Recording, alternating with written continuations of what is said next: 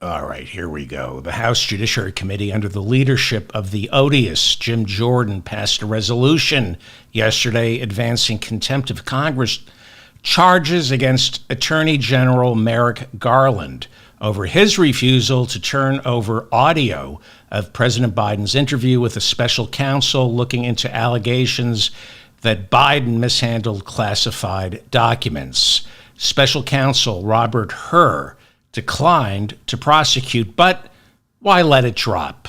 Keep a bad thing going, is what the Republicans always say. President Biden refused to turn over the recordings, citing executive privilege. Now, a full vote before Congress is not expected to pass, but if it somehow does, the contempt of Congress charges will then be handed over to Attorney General Merrick Garland, who will have to decide whether to prosecute himself, which he probably will do just to come across as fair. You know, the same way Bill Barr did. Remember Bill Barr? Calling it a betrayal of Israel. The Republican-controlled House passed a resolution yesterday condemning Joe Biden for holding up delivery of weapons as Biden pressures Prime Minister Bibi Netanyahu into not going into Rafah, the southernmost city in Gaza, where hundreds of thousands of civilians are sheltering. Biden reversed course earlier in the week and said he will go ahead with a $1 billion military aid package to Israel, but Republicans passed the resolution anyway. Speaker Mike Johnson, on the very same day, unveiled a 7-foot bronze statue of the Reverend Billy Graham inside the Capitol. The statue of Billy Graham will replace the one of Charles Aycock, a North Carolina governor whose statue was replaced due to his long history of white supremacy. So on the same day that Speaker Mike Johnson passed this bill in support of Israel, he unveils a statue honoring Billy Graham, a world-class anti-Semite. The Lord giveth, and the Lord taketh away. H.R. Haldeman was Richard Nixon's White House chief of staff and ended up going to prison over Watergate. 30 years ago, H.R. Haldeman published his White House diaries, where he wrote about a phone conversation then President Richard Nixon had with the Reverend Billy Graham. This is where Nixon complained about the Jews in Washington gumming up his presidency. Graham, according to the H.R. Haldeman diaries, agreed with Nixon and called the Jews satanic. Well, after H.R. Haldeman's diaries were published, Billy Graham, the Reverend, was outraged, and he insisted he never spoke those words. Sure he didn't. Well, Richard Nixon's recording of all his White House conversations have been revealed. And it turns out the Reverend Billy Graham was kind of right. He didn't speak those words about the Jews, because the words he actually spoke, caught on tape, were far, far more anti-Semitic, and shockingly so. These tapes, these Nixon tapes, came out in 2002. And I'm going to read his words to you, the Reverend Billy Graham's words to you, because they're illustrative of not just who Billy Graham really was, but who Mike Johnson is and why he passed this resolution in support of Israel on the very same day he unveiled the statue of the anti-Semite Billy Graham. This is kind of rough, and they've covered it up because they want to pretend this isn't true, but it is. So this is from the New York Times, headline, Billy Graham responds to lingering anger over 1972 remarks on Jews.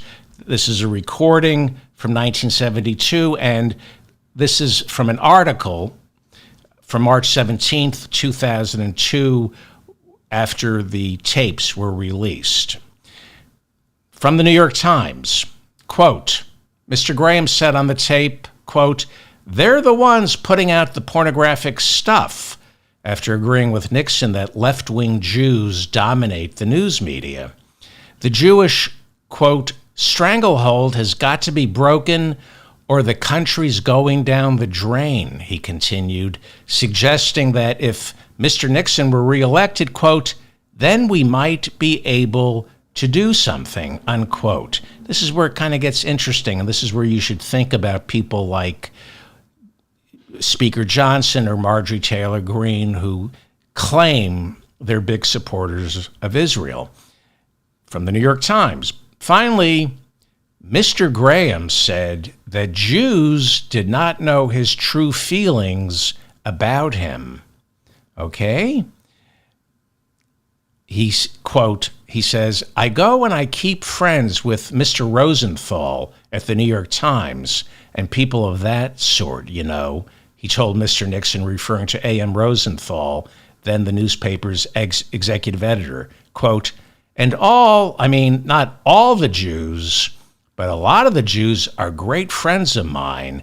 They swarm around me and are friendly to me because they know that I'm friendly with Israel, but they don't know how I really feel about what they are doing to this country.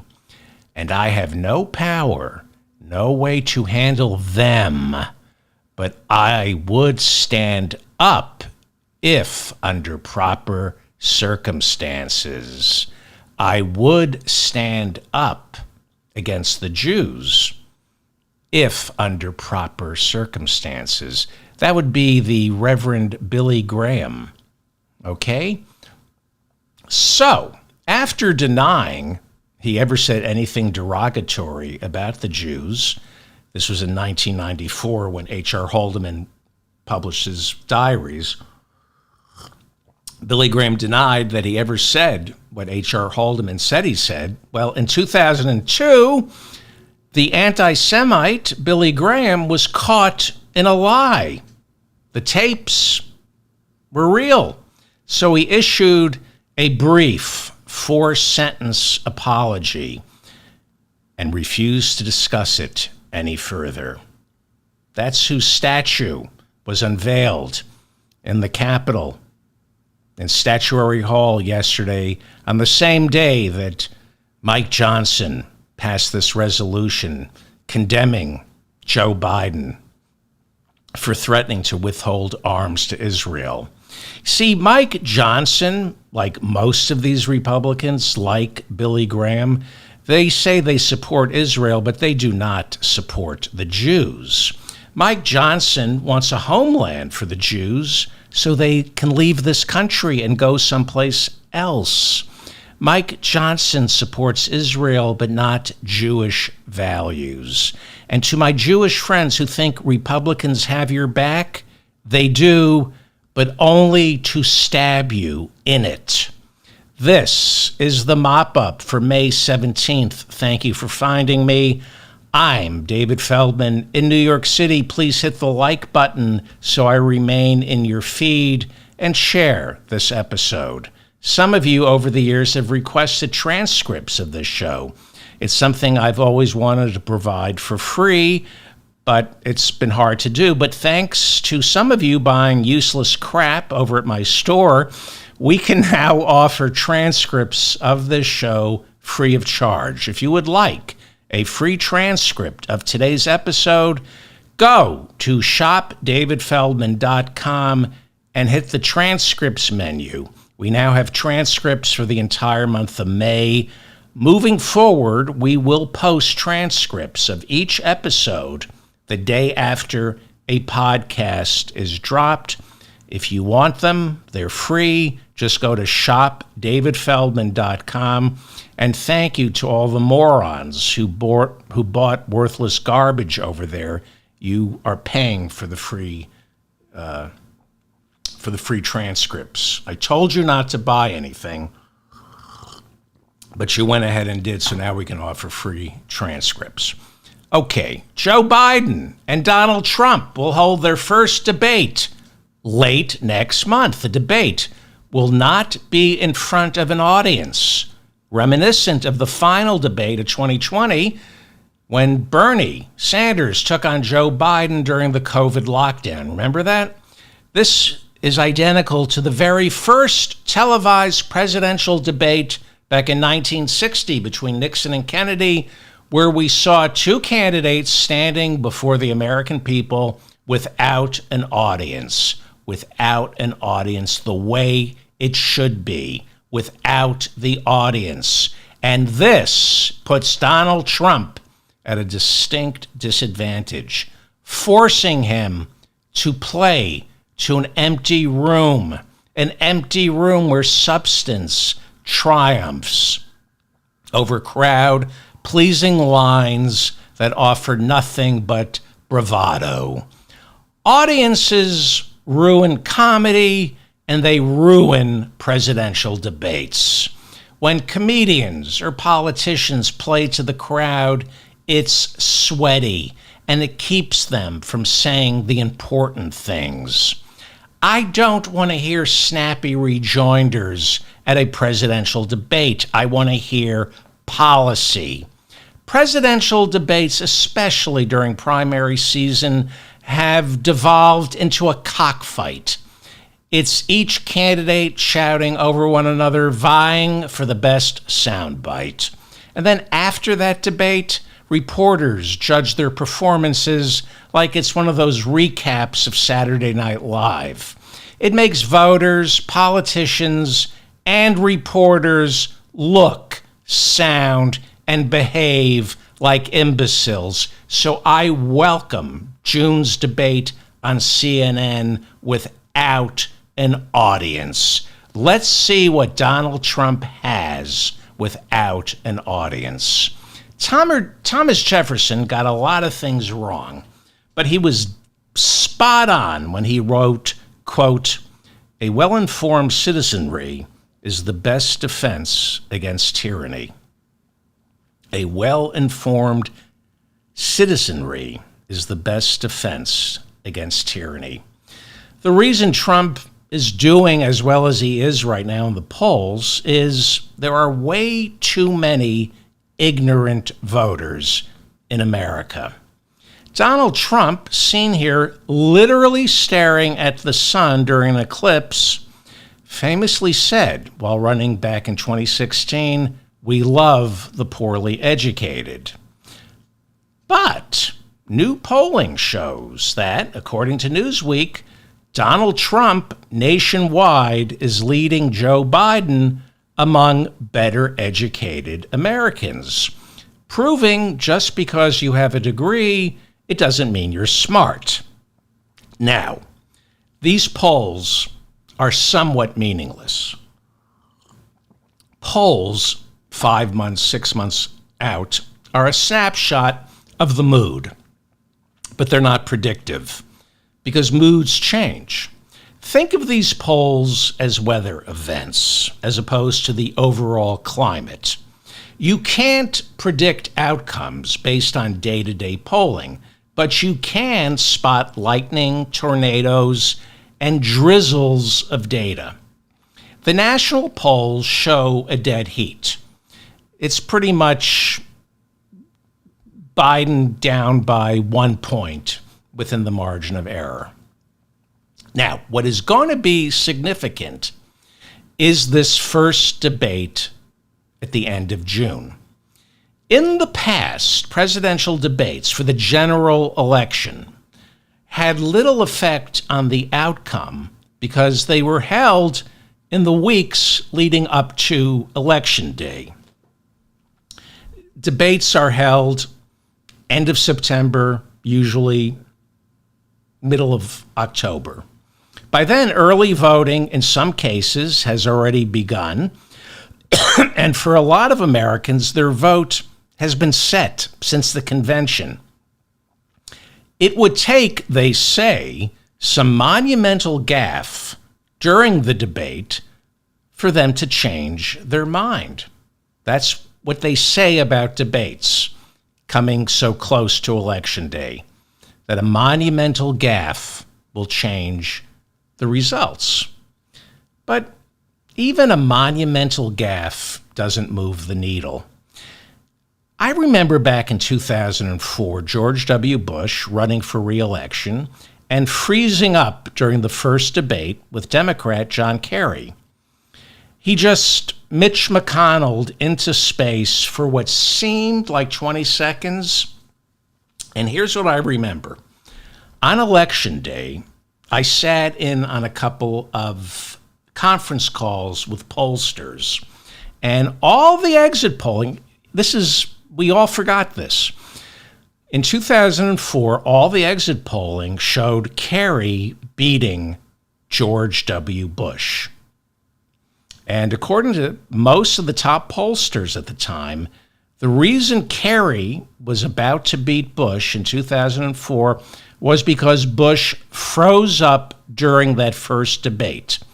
And that was what the pollsters cited as the number one reason John Kerry was about to win. Not because Bush illegally invaded the wrong country. The pollsters said because he froze up. That's what the exit polls all showed. And then I tuned in that night. Kerry lost and I froze up. Okay. Well, the exit polls got 2004 completely wrong. And Bush ended up beating Kerry resoundingly by 2 percentage points with the popular vote. The Electoral College was a little tighter, with Bush getting 286 and Kerry getting 251. Okay, but look at Ohio with 20 electoral votes. Back in 2004, Robert F. Kennedy Jr. wrote extensively on how the Bush team stole Ohio. Bush beat Kerry in Ohio by more than 100,000 votes. That's a lot to steal. But 20 years ago, Bobby Kennedy's brainworm hadn't made a pig of itself, and Bobby was still able to uncover what many considered legitimate research at the time, revealing massive voter fraud in Ohio. Look at what happens when you give Ohio to John Kerry back in 2004. Kerry gets 271 votes. You flip those 20, Bush only gets 266. You need 270 to win the Electoral College. Now, Kerry, had he won Ohio, still would have lost the popular vote. He would have won. It would have been a flip of what happened to Bush in 2000. Bush lost the popular vote, and he really lost the Electoral College. And I bring this up because I want to show you that Donald Trump is not an outlier. Donald Trump is who the Republican Party has always been. Those of you old enough to remember, I want you to think back to 2000. Bush clearly lost the popular vote, and he clearly lost Florida.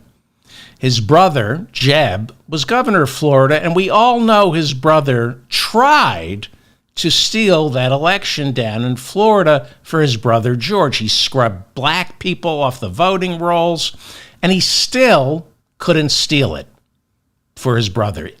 They had to take it to the Supreme Court, and the Supreme Court had to steal the election for George W. by stopping the count in Florida and awarding the presidency to George W. Bush, who was an illegitimate president, who lost the popular vote and would have lost in Florida if his team of lawyers hadn't flooded into Florida and invented new ways to challenge votes in heavily black and Democratic strongholds. A recount of Florida was held a year after the election. It was held by a consortium of news organizations down in Florida. They concluded Al Gore would have won a statewide hand count of both undervotes and overvotes.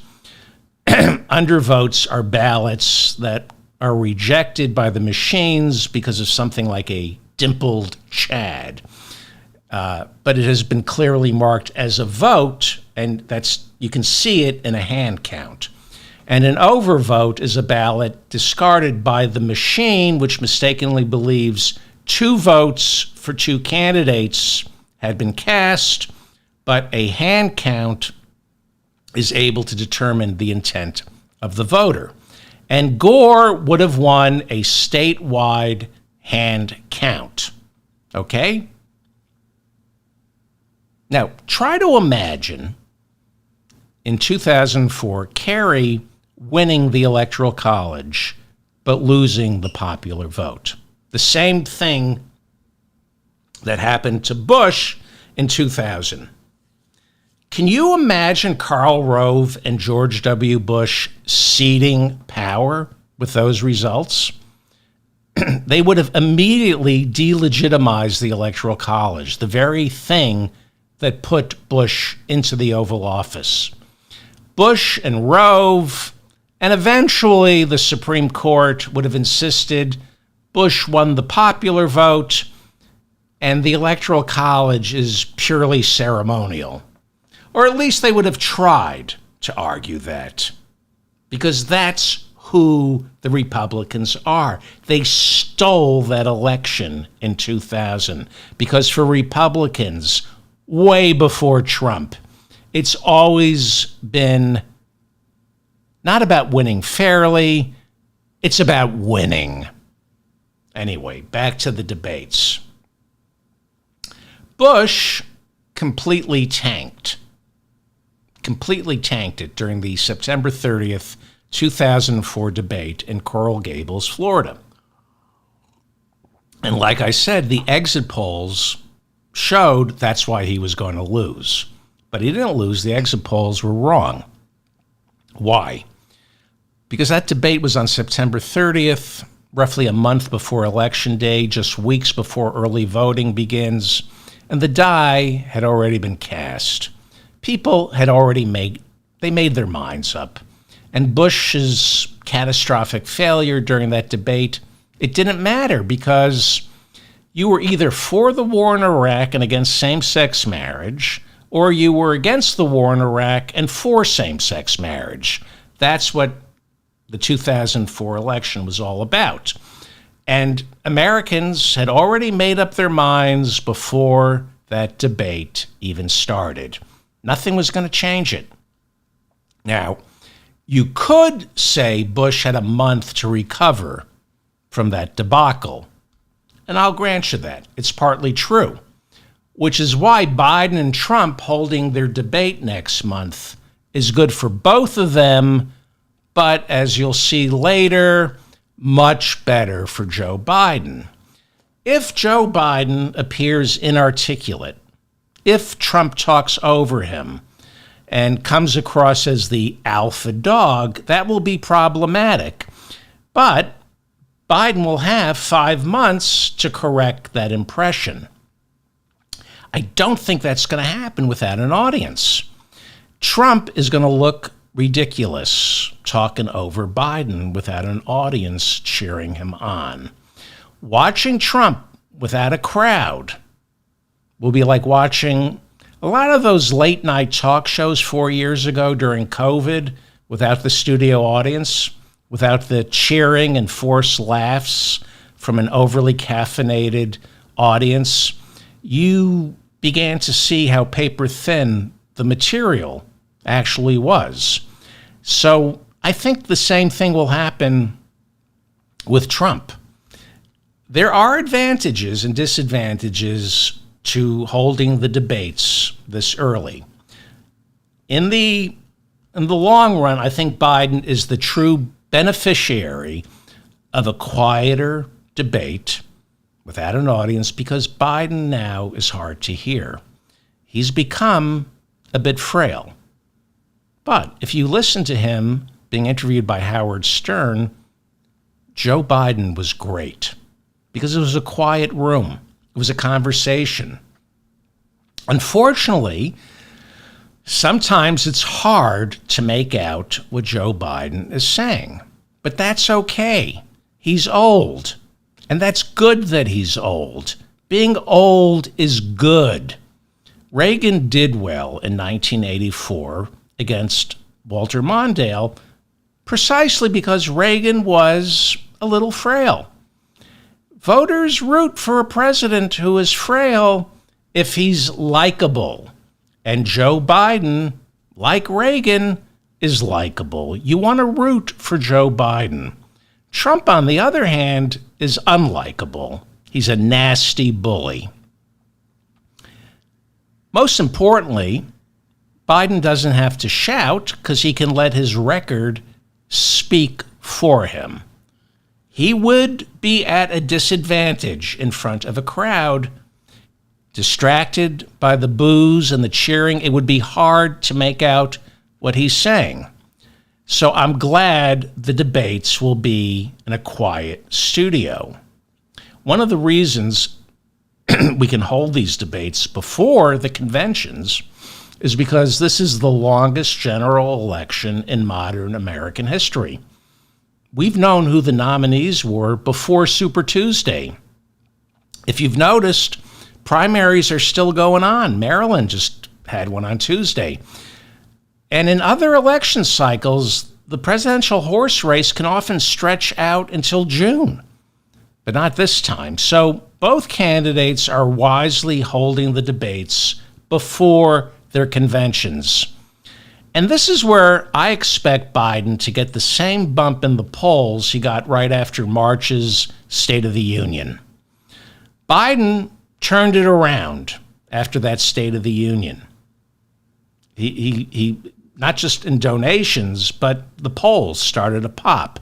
Lately, he seems to be sagging a little. I'm going to go over this in a second.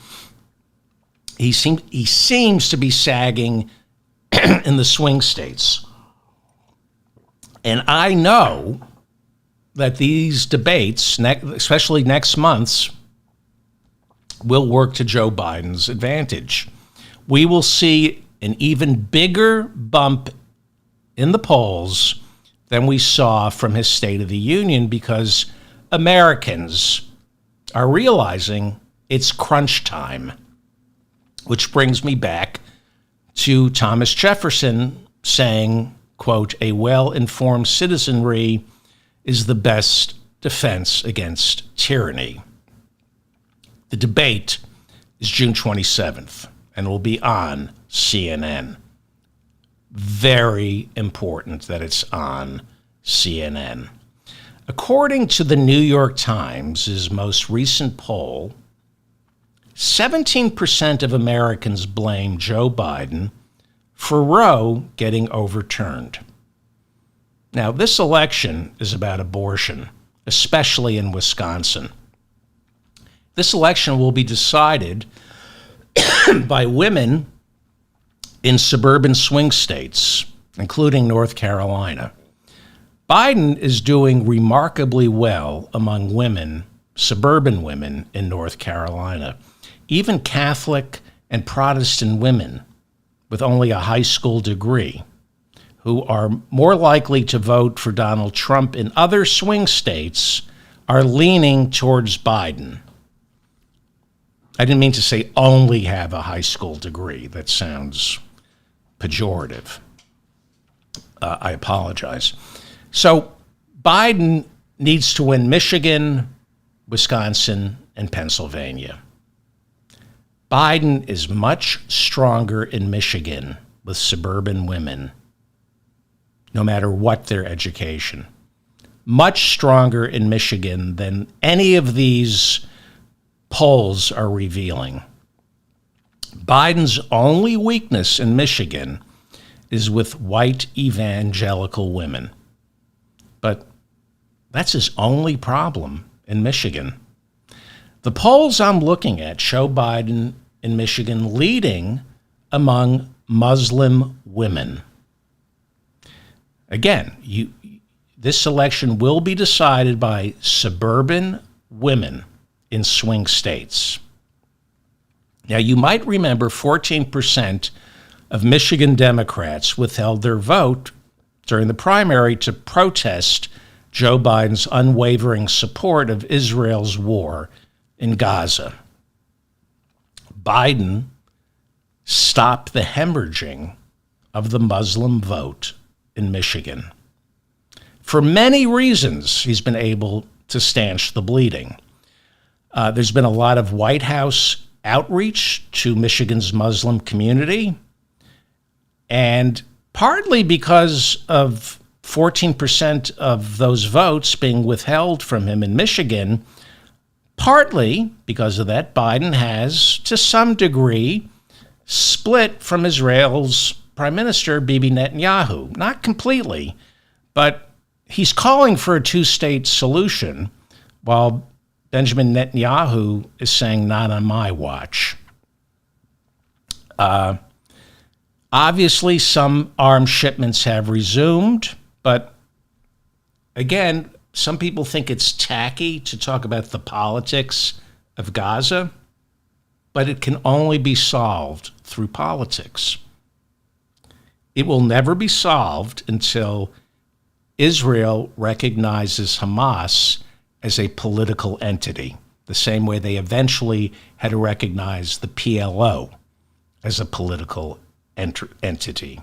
This is politics. Politics is not a dirty word. It may not be the best way to solve problems, but it's the only way to solve problems. So, politically speaking, Biden has been masterful in winning back the Muslim community through his actions, at least for the time being in Michigan, through his actions. He is winning back the Muslim community. And don't forget, there's also a huge Muslim community in Arizona. I don't have time to talk about Gaza today. If I do a show tomorrow night or Saturday, I'll get to Gaza. This election, according to the polling I'm reading, is not about Gaza or Israel. If you poll most young voters who are furious about Israel, it's still not what's going to animate their vote. That's what the polling shows. They are really furious about inflation. They are really furious about Jerome Powell raising interest rates, which makes their credit card debt impossible to get out from underneath. If you have, now this is where the problem with low information voters who don't understand why they can't get out from underneath their debt. It's partly because Jerome Powell has been keeping interest rates high. If you have a $10,000 credit card debt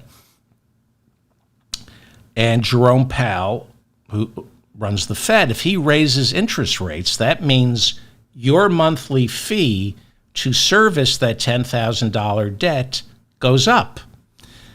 By the way, Jerome Powell is a Trump appointee. Biden renominated Jerome Powell. Usually, presidents come in and they nominate their own Fed chair, but Biden kept Jerome Powell on, and Biden is not allowed to jawbone, as they say, the Fed. You're not allowed to politicize the Fed. He's not allowed to pressure the Fed to lower interest rates. But Trump says he's going to do that. I don't know if it's against the law, but it's against the policy. The Fed is supposed to be above politics, supposedly. So while this, I have to apologize. I'm perfectly fine. There's nothing wrong with me. I had a cold, and now it's allergy season, and it's destroying my voice. But so sometimes I have to clear my throat, and I apologize. So it's a little annoying, and I know I'm a little raspy. It's from hay fever and just getting this cold out of my system, so I apologize. So, while this election will be decided by women in the suburbs, a lot of these voters don't see the same economy that the Fed sees, or the one that the stock market sees, or the one Biden is trying to run on. On a macro level, the economy may be the best in American history, but not for voters who are living with debt. And inflation makes that debt unbearable. Even though inflation is coming down, interest rates are not coming down, or they're not coming down fast enough. And that makes it impossible to get out of debt. So when you read the polls and you wonder why people feel like there's the facts about the economy and then there's how people feel about the economy, there's a lot of debt in this country. And that is what is making younger voters angry. They probably don't understand, nobody does, the relationship between interest rates going up and how much harder it gets to service your credit card debt. People just know, I can't pay my bills, I can't pay my rent, I can't buy food. And that is what is making younger voters angry. That is what is making male voters angry. With women, it's abortion. That is what's animating the American voter come November. Inflation and abortion. Not the environment, not gun deaths, not Gaza. Most Americans in the swing states are angry about high interest rates. They don't know they're angry about the high interest rates. They're just angry about inflation.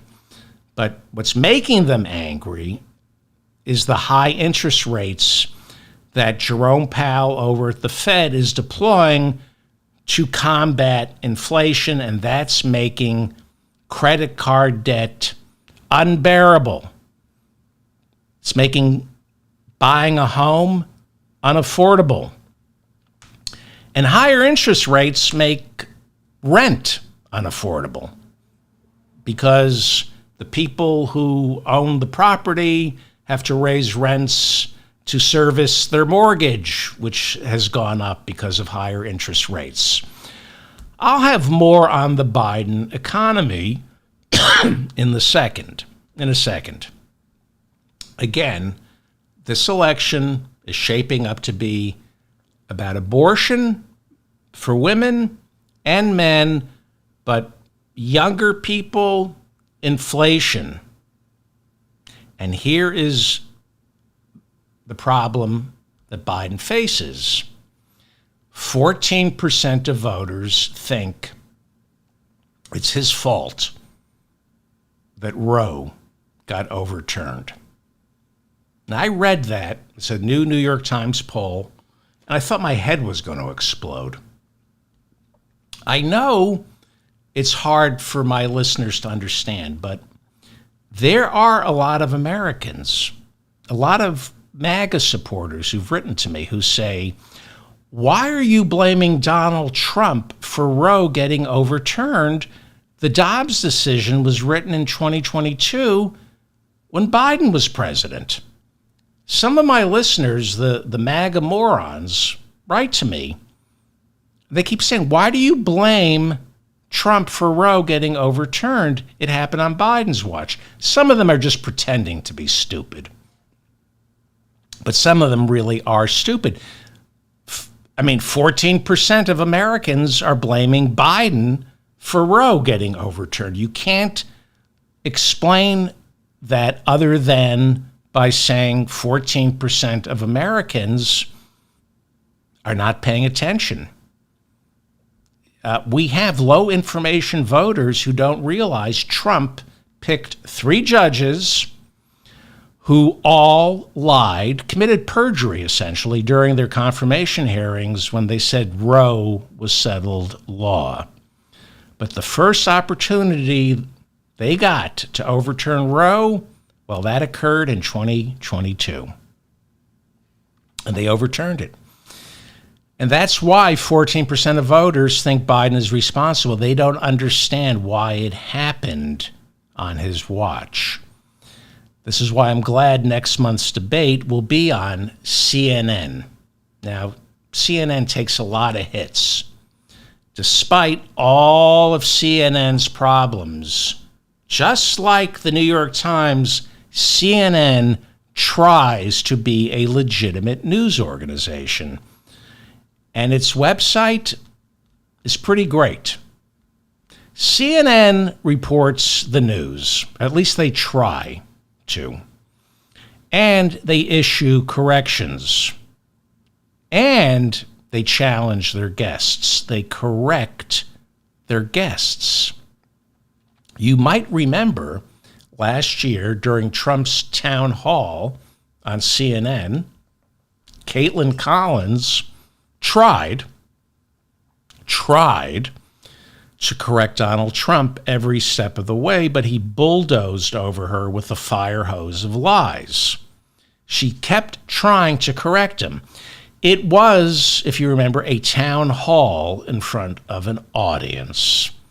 But in June, there will be no audience for the debate between Joe Biden and Donald Trump. CNN is going to correct Donald Trump's lies. They are going to do that. It's going to be very uncomfortable for Donald Trump. By the way, I wouldn't be surprised if he pulls out.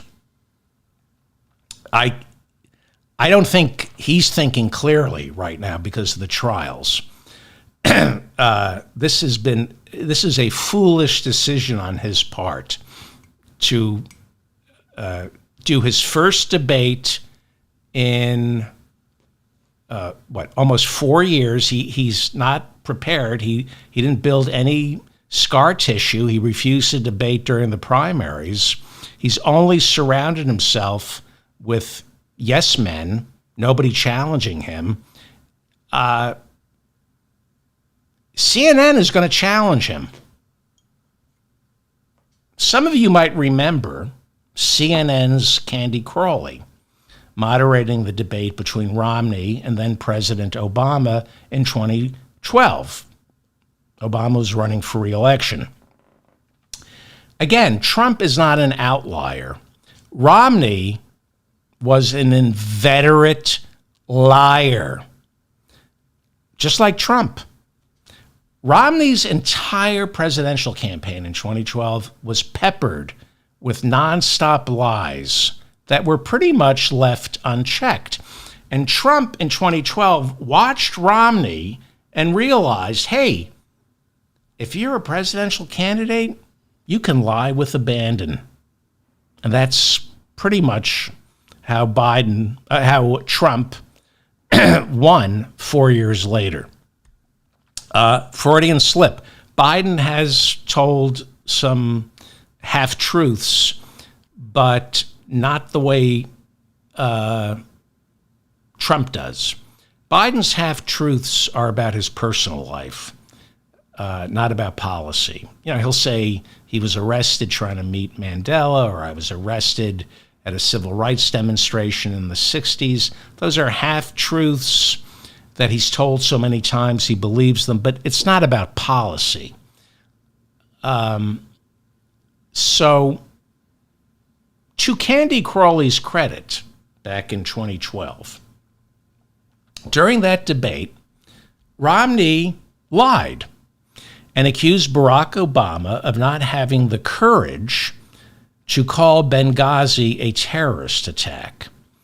And Obama masterfully allowed Romney to continue this lie. He said, "Please proceed, Governor. It's great to watch." And he let Romney just walk into this trap. It was brilliant. And Candy Crawley, who is a real journalist, ended up correcting Romney in real time during the debate, right there on the spot. And she said, "I'm sorry, Governor Romney, that's not true." The president immediately called Benghazi a terrorist attack in the Rose Garden when he issued his condemnation. And it was a bad moment for Romney. He didn't lose because of this, but it was a bad moment for Romney. And what happened afterwards? Candy Crawley from CNN took fire. She was accused of bias. It's considered bias to correct Mitt Romney's lies. Well, she's no longer on CNN, which is too bad. I assume she's teaching somewhere. But Trump, and I wouldn't be surprised if he pulls out. He's not going to get away with those lies on CNN. At least I don't think he will. And CNN will be accused of bias by Trump supporters because they kept correcting him. I will be very surprised if Trump doesn't pull out of this debate. But if this debate happens, Joe Biden's going to get a huge, huge bump in the polls afterwards. So I'm thinking, let me know what you think. I'm thinking of hosting a watch party on Zoom next month for the debate. We did this 4 years ago for all the debates. And then what I did is I took your calls over Zoom. I brought in guests, and I would air it on my audio podcast, but not on YouTube. We tried watch parties on YouTube live. It doesn't work. So here's what I'm thinking. We haven't done this for a while. I'm thinking of hosting a watch party on Zoom. We'll watch the debate together, not on YouTube, just on Zoom privately. And then afterwards, I will record an episode of my audio podcast. We'll talk about the debates. I'll take your Zoom calls. I'll have guests. Let me know in the comments section whether you would be interested in attending a debate watch party for the CNN debate between Biden and Trump next month. We would watch the debate together and then have a discussion where I take your calls and talk with some guests. Let me know in the comments section. You're listening to the Mop-Up for May 17th, 2024. I'm David Feldman in New York. Please like this episode so I remain in your feed. Subscribe to this channel and, of course, my newsletter, and leave a comment. I read all your comments. If you would like a transcript of this episode, go to shopdavidfeldman.com. We have transcribed all the episodes for May, and you can download them for free over at shopdavidfeldman.com. And while you're over there, whatever you do, don't buy any of that garbage. But the reason the transcripts are posted over at shopdavidfeldman.com is because of the people who were stupid enough to purchase something, and that money makes it possible for me to offer the transcripts for free. Climate change will not be on the ballot come November. It should be, not being debated. It should be on the ballot, especially since Donald Trump openly solicited $1 billion in donations from oil executives. The Washington Post broke this story last week.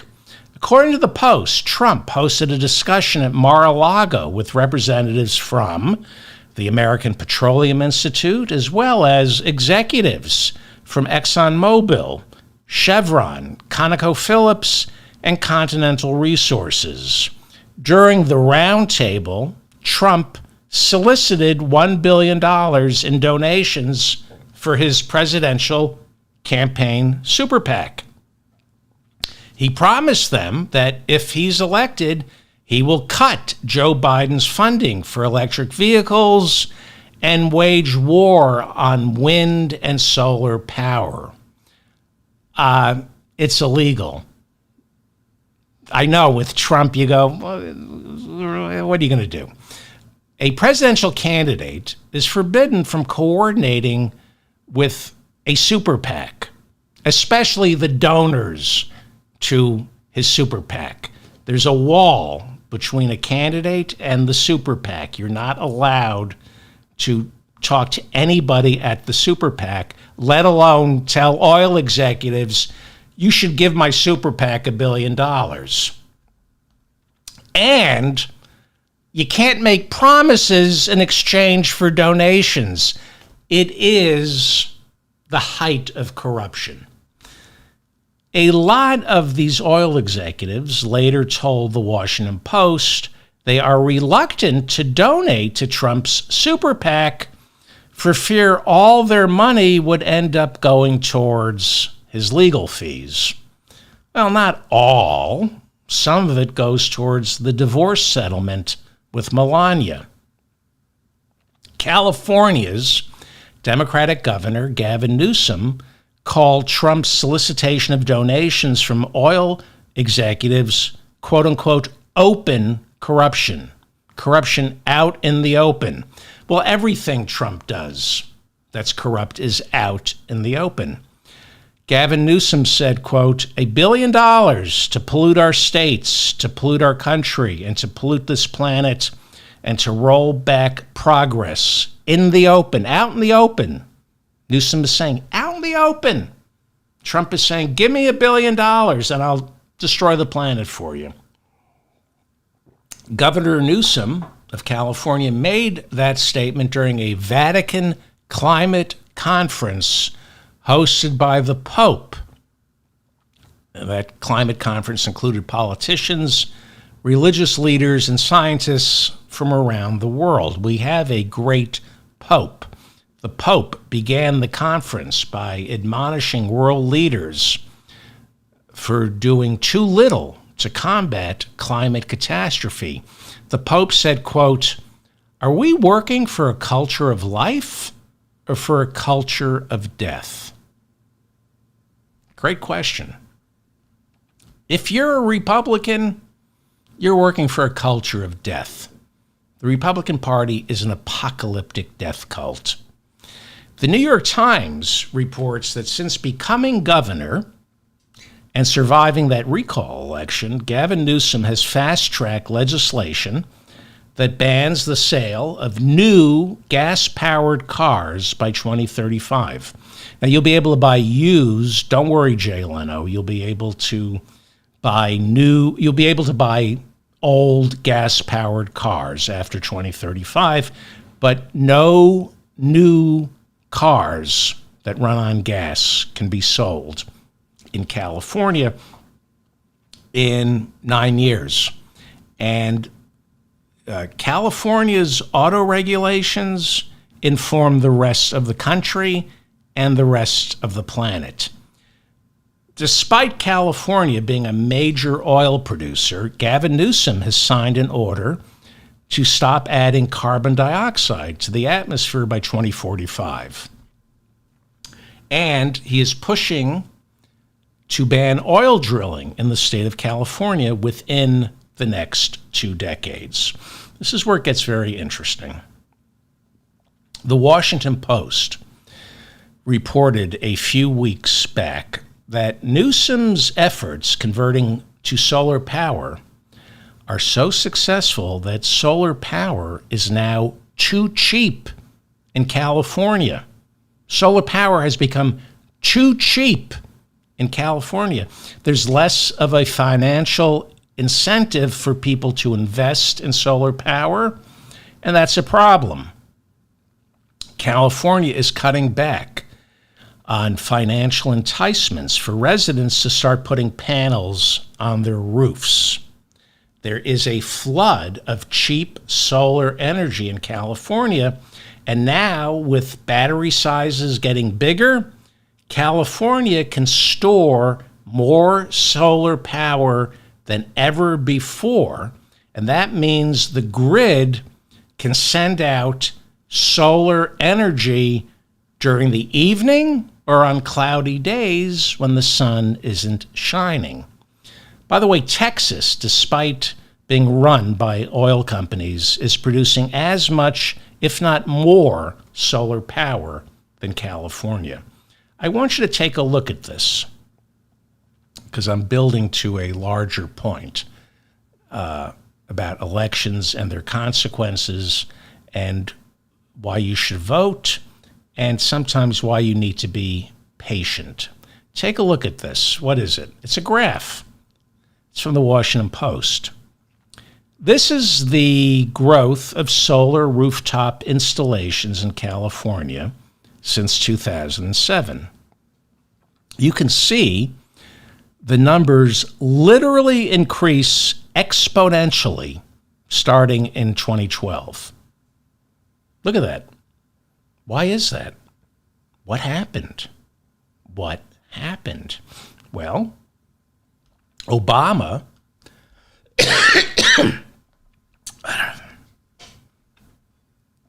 sorry.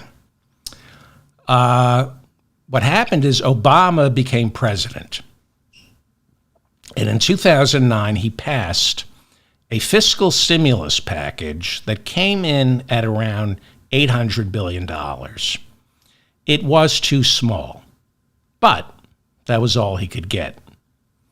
And he put Joe Biden, his vice president, in charge of making sure there were shovel-ready projects.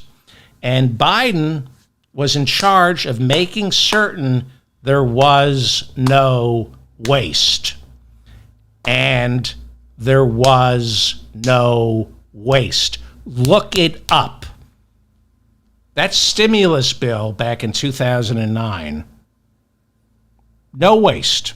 I'll get to Solyndra in a second.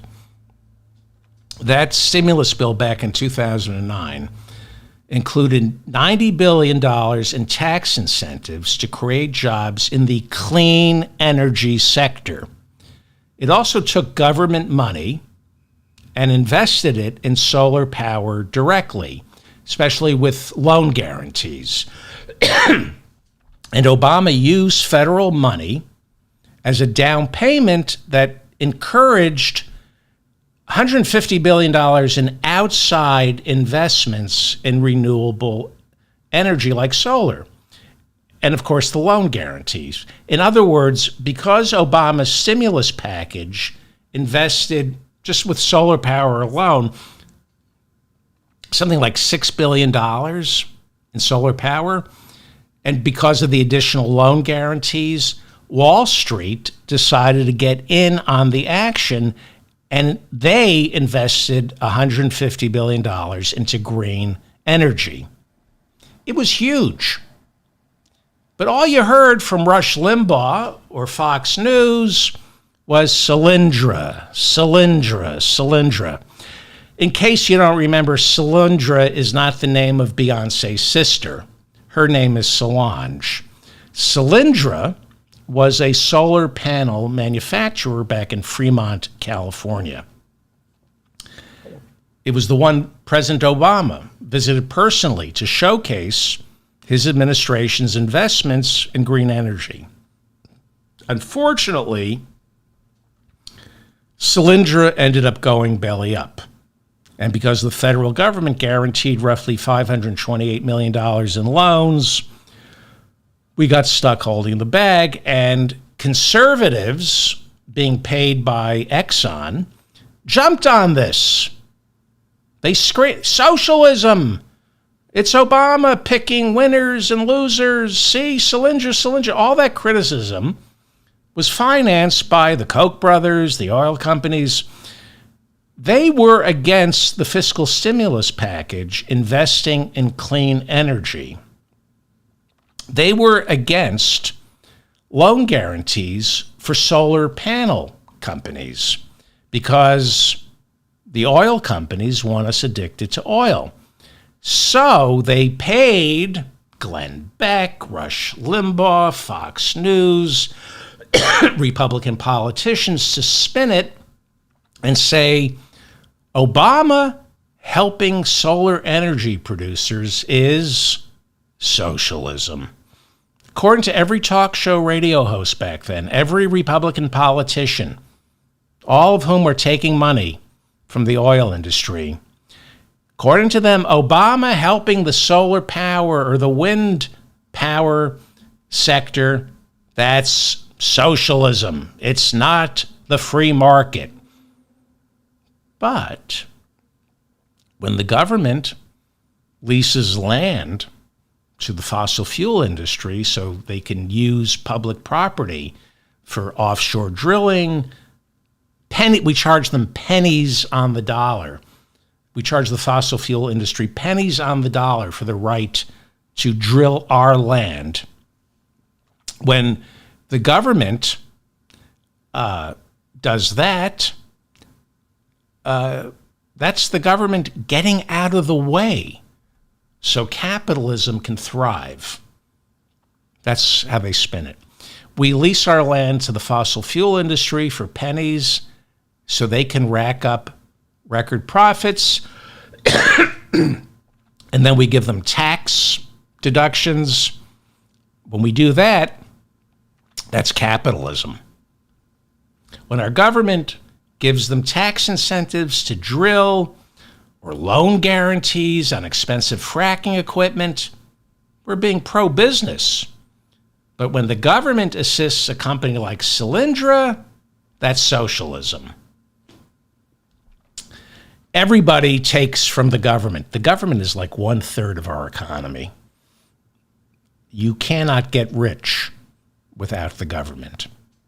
By the way, fire season in Canada has started. Thousands of people in Western Canada have been forced to evacuate. Evacuation warnings are now spreading this morning to Alberta and Manitoba, with air quality alerts moving south to the United States. This is shaping up to be one of the worst fire seasons on record for Canada, which means here in America, we won't be able to go outside again. Do you remember last year? I know here in New York, we couldn't go outside for days. All of this caused by the burning of fossil fuels. Anyway, back to our evil, nasty government investing in alternative energy. Elon Musk, who is a Trump supporter, sometimes he's the wealthiest man in the world. It depends on how Tesla stock is doing. Elon Musk owes his entire fortune to the United States government. More precisely, to Obama's stimulus package. SpaceX, well, his biggest customers over at SpaceX, NASA, and the military. SpaceX would be dead if it weren't for the socialism of our government picking the winners and the losers, giving military and NASA contracts to SpaceX. Headline from Bloomberg News, June 9th, 2020. Headline, Tesla wouldn't be Tesla without stimulus spending. And what stimulus spending are we talking about? Obama's big spending bill back in 2009 that Joe Biden was in charge of. According to Bloomberg, back in December of 2008, at the depths of the great financial crash, Tesla was just starting out, and Elon Musk whined that nobody was willing to invest in his new battery-powered car company. And he said in an interview that without the government supporting him financially, he would not be able to manufacture electric vehicles for ordinary American consumers. Okay? This is socialism. Let me go full screen here from Bloomberg. I'm going to read from Bloomberg. And by the way, nobody covers capitalism better than Bloomberg, the Wall Street Journal, The Economist, or the Financial Times. I subscribe to all those periodicals because the true nature of capitalism is right out in the open in their pages. There's more transparency to capitalism than you might believe. You might want to start reading the financial journals to get a glimpse into what this economy is really about. Anyway, this is from Bloomberg, okay?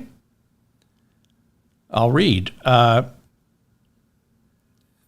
Musk's plea was, remember, this was end of 2008. It was at the depths of the financial crisis, and Obama was not yet president. He was president-elect. Musk's plea was well-timed. The incoming president, that would be Obama, was keen to use part of the approximately $800 billion stimulus package his team was preparing to create a new green energy economy. 1 year after Obama took office, Tesla got a $465 million federal loan to design electric vehicles and build them at a manufacturing plant in Fremont, California. The company went public shortly thereafter, repaid the loan early, mainstreamed the electric vehicle, and now employs about 20,000 people in the Bay Area alone. It has the second largest market capitalization of any market automaker worldwide. That was 4 years ago. This pig has since moved most of the operations out of Fremont to Texas because now that he's rich, he doesn't support socialism for other corporations. Now he's a big Republican, so he moved to Texas. Coal, despite what West Virginia Senator Joe Manchin insists, coal is a dying industry.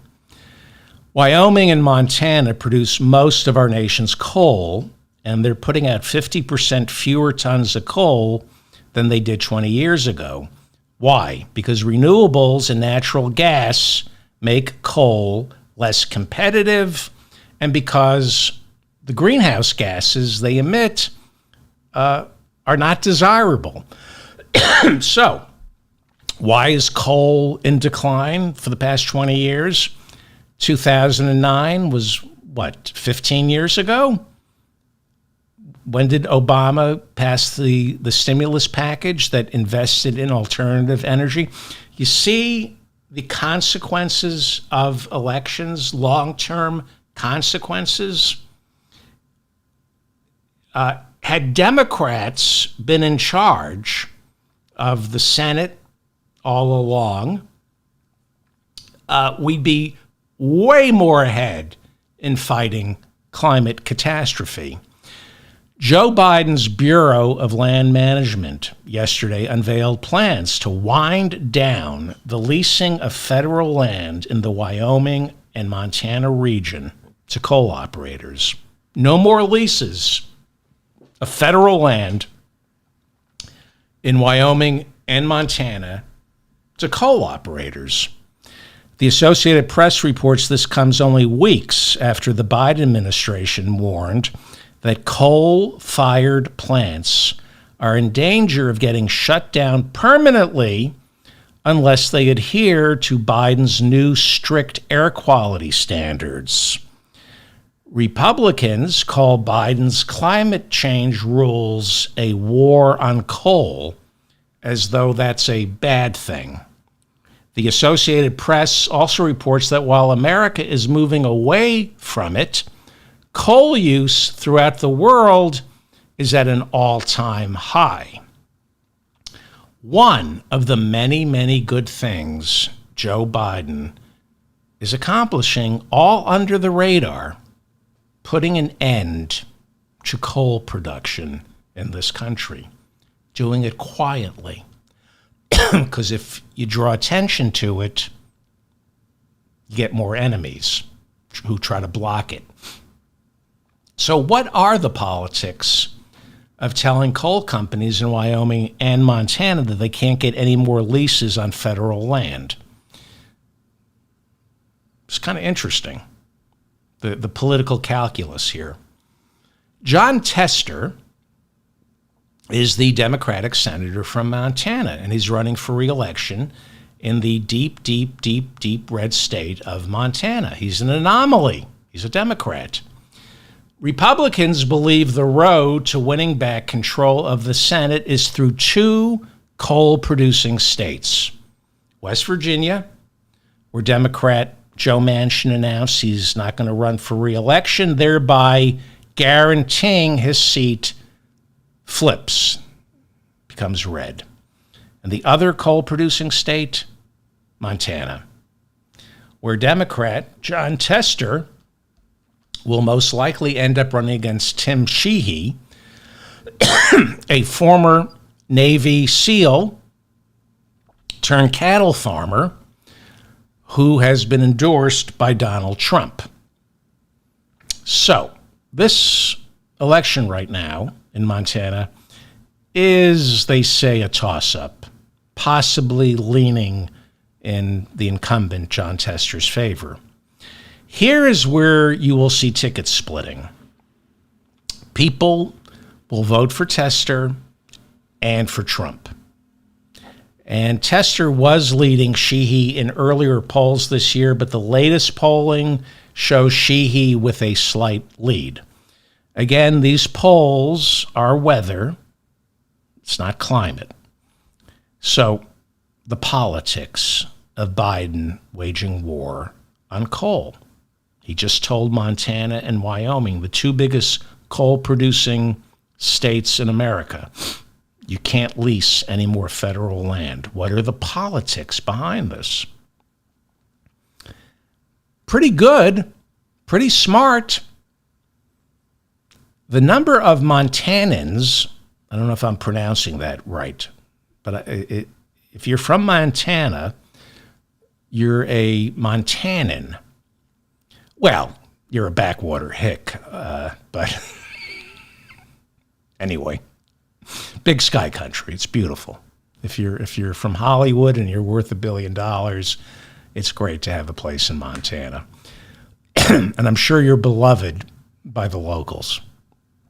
The number of people from Montana who work in coal, what do you think? Because we always say, hey, coal, it's all about jobs. Sure, it's killing everybody, but we got to protect the jobs. How many people do you think in Montana work in the coal industry? 954. That's the politics behind Biden saying to Montana and Wyoming, sorry, you're done here. No more federal leases for coal. Not even 1,000 people in Montana are employed by the coal industry. Little different down in West Virginia, which has about 13,000 people employed in the coal industry, but way, way, way, way, way, way less than they used to. Coal is a dying industry, especially for workers. I mean, it gives them black lung disease. And here's what is important to remember about coal and the lies Republicans tell about jobs. Coal is not about jobs, okay? Coal is about money. And one of the reasons coal is so cheap to produce is because it doesn't require that many workers. They've gotten very efficient in figuring out how to extract coal without using that many people. It's not about jobs. It's about profits. Okay, the politics behind Biden saying to Wyoming and Montana, the biggest coal producers in the country, no more leasing of federal land. How many people in Wyoming are employed by the coal industry. 5,000. Now, I don't know, Wyoming, isn't that the entire population of Wyoming? But 5,000 coal workers in Wyoming. So, not a lot. Again, it's really important to remember this isn't about, they'll say it's about jobs. It's about, coal is about money. It doesn't take a lot of people anymore to extract coal. That's what makes it so profitable. There's no labor costs. It's not about jobs. It's about profits. So this decision by Biden's Bureau of Land Management cutting off coal leasing in Wyoming and Montana is very smart politically, at least in Montana, for Jon Tester. But Wyoming, Biden isn't winning Wyoming. Liz Cheney couldn't even win Wyoming anymore. But again, Montana has very few coal workers, fewer than 1,000, and therefore this move is less likely to hurt Democrat Jon Tester's reelection bid. By the way, Jon Tester enjoys a 60% approval rating from Montana voters, according to the Cook Political Report. How many politicians can boast a 60% approval rating from their constituents? Trump carried Montana by 16 points over Joe Biden in 2020. So Biden ain't winning Montana. We know Republicans will flip West Virginia in the Senate. Montana, we've been told, could be easy pickings for the GOP. I'm not so sure. Most of what we're hearing is that the House and the Senate will switch hands. Most people are saying Republicans will take control of the Senate from Democrats, and Democrats will take control of the House from Republicans. I think we're more likely to see the Democrats keep the Senate and take the House than we are them flipping control. I think this is maybe not a wave election, but I think Sherrod Brown in Ohio keeps his seat. I think Jackie Rosen in Nevada keeps her seat. Tammy Baldwin in Wisconsin keeps her seat. I don't think Kari Lake has a chance in Arizona against Ruben Gallego. What else am I missing? And I think Jon Tester keeps Montana. There are about 9 toss-ups in the Senate. I think we're going to be pleasantly surprised. I think the Democrats keep the Senate, and I definitely think they take the House. Polling of Americans in general show Democrats leading Republicans by 2 percentage points in terms of a generic House race. So this is not congressional district by congressional district. These are what are called generic polls of likely registered voters being asked, are you voting for a Republican or a Democrat for Congress? Those are called generic congressional polls, not district by district. And right now, Dems are in the lead. And these generic polls can often be a leading indicator of who's going to get control of the House of Representatives.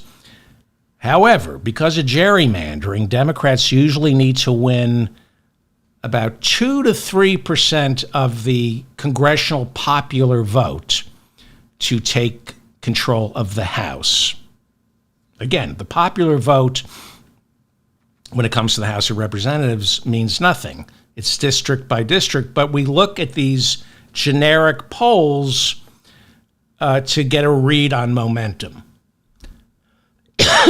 Now, this is important. Every 10 years we do the census. It's mandated by the Constitution. And then we draw new congressional maps based on the census. It's 2024. We're still not done drawing the congressional maps based on the 2020 census. So, there's some good news for Democrats, but some problematic news in North Carolina. The Supreme Court yesterday, the horrible Supreme Court, approved a map giving Louisiana an extra congressional district with a majority black population. That means Democrats are expected to pick up an extra seat in November from Louisiana. I've been looking at the internals on black voters. They're not going anywhere.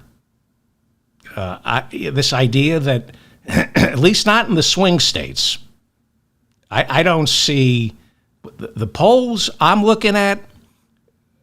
Black voters are all in on Joe Biden. I don't know where these polls that people talk about that say Biden's losing the black vote. No, he's not. Not in the swing states, not in Michigan, not in Pennsylvania, not in Wisconsin. So Louisiana will get an extra congressional district. And a lot of maps have been redrawn. Alabama has a new map that created a new heavily black district that will send another Democrat from Alabama to the House. New York redrew some maps that slightly favor the Democrats. Wisconsin redrew its maps for the state legislature. So you're going to see more Democrats elected to Wisconsin's state legislature. It shouldn't have too much of an effect on the congressional races. I don't think they redrew any congressional maps, but you're going to see Democrats gaining more power locally in Wisconsin. The only problem is North Carolina, where Biden is going to win. I spent all of yesterday looking at North Carolina. Now, North Carolina has a new map that gives Republicans the advantage.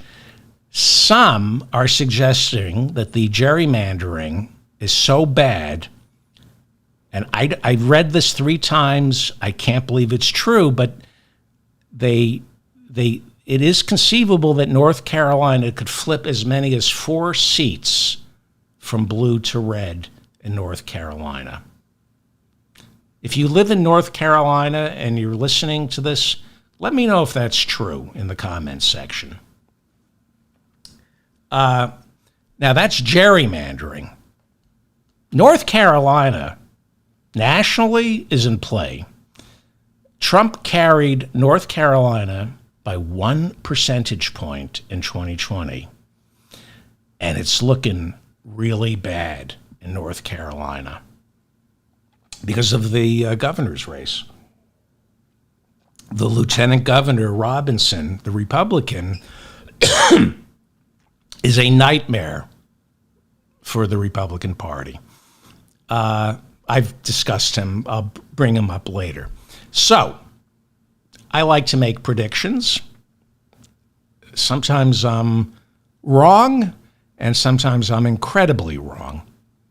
Actually, I don't know. Sometimes I get things right. I hate to say that. If I had to make a prediction right now, now remember, Biden just needs to win Wisconsin, Michigan, Pennsylvania, and he's got it. That's the blue wall. If he can't win Wisconsin, then he needs to win Georgia and Arizona again. He won Arizona and Georgia. So 5 states that Hillary didn't win. That's what made the difference.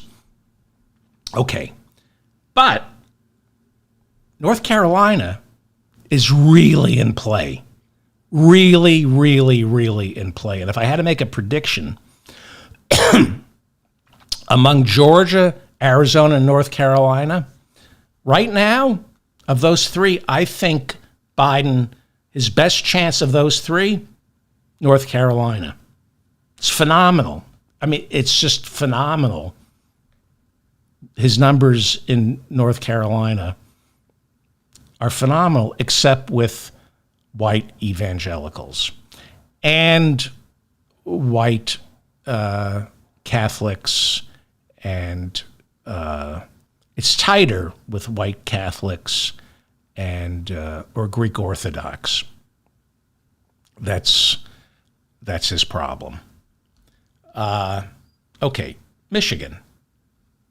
Trump beat Hillary in Michigan by 0.03 percentage points. She didn't campaign in Michigan.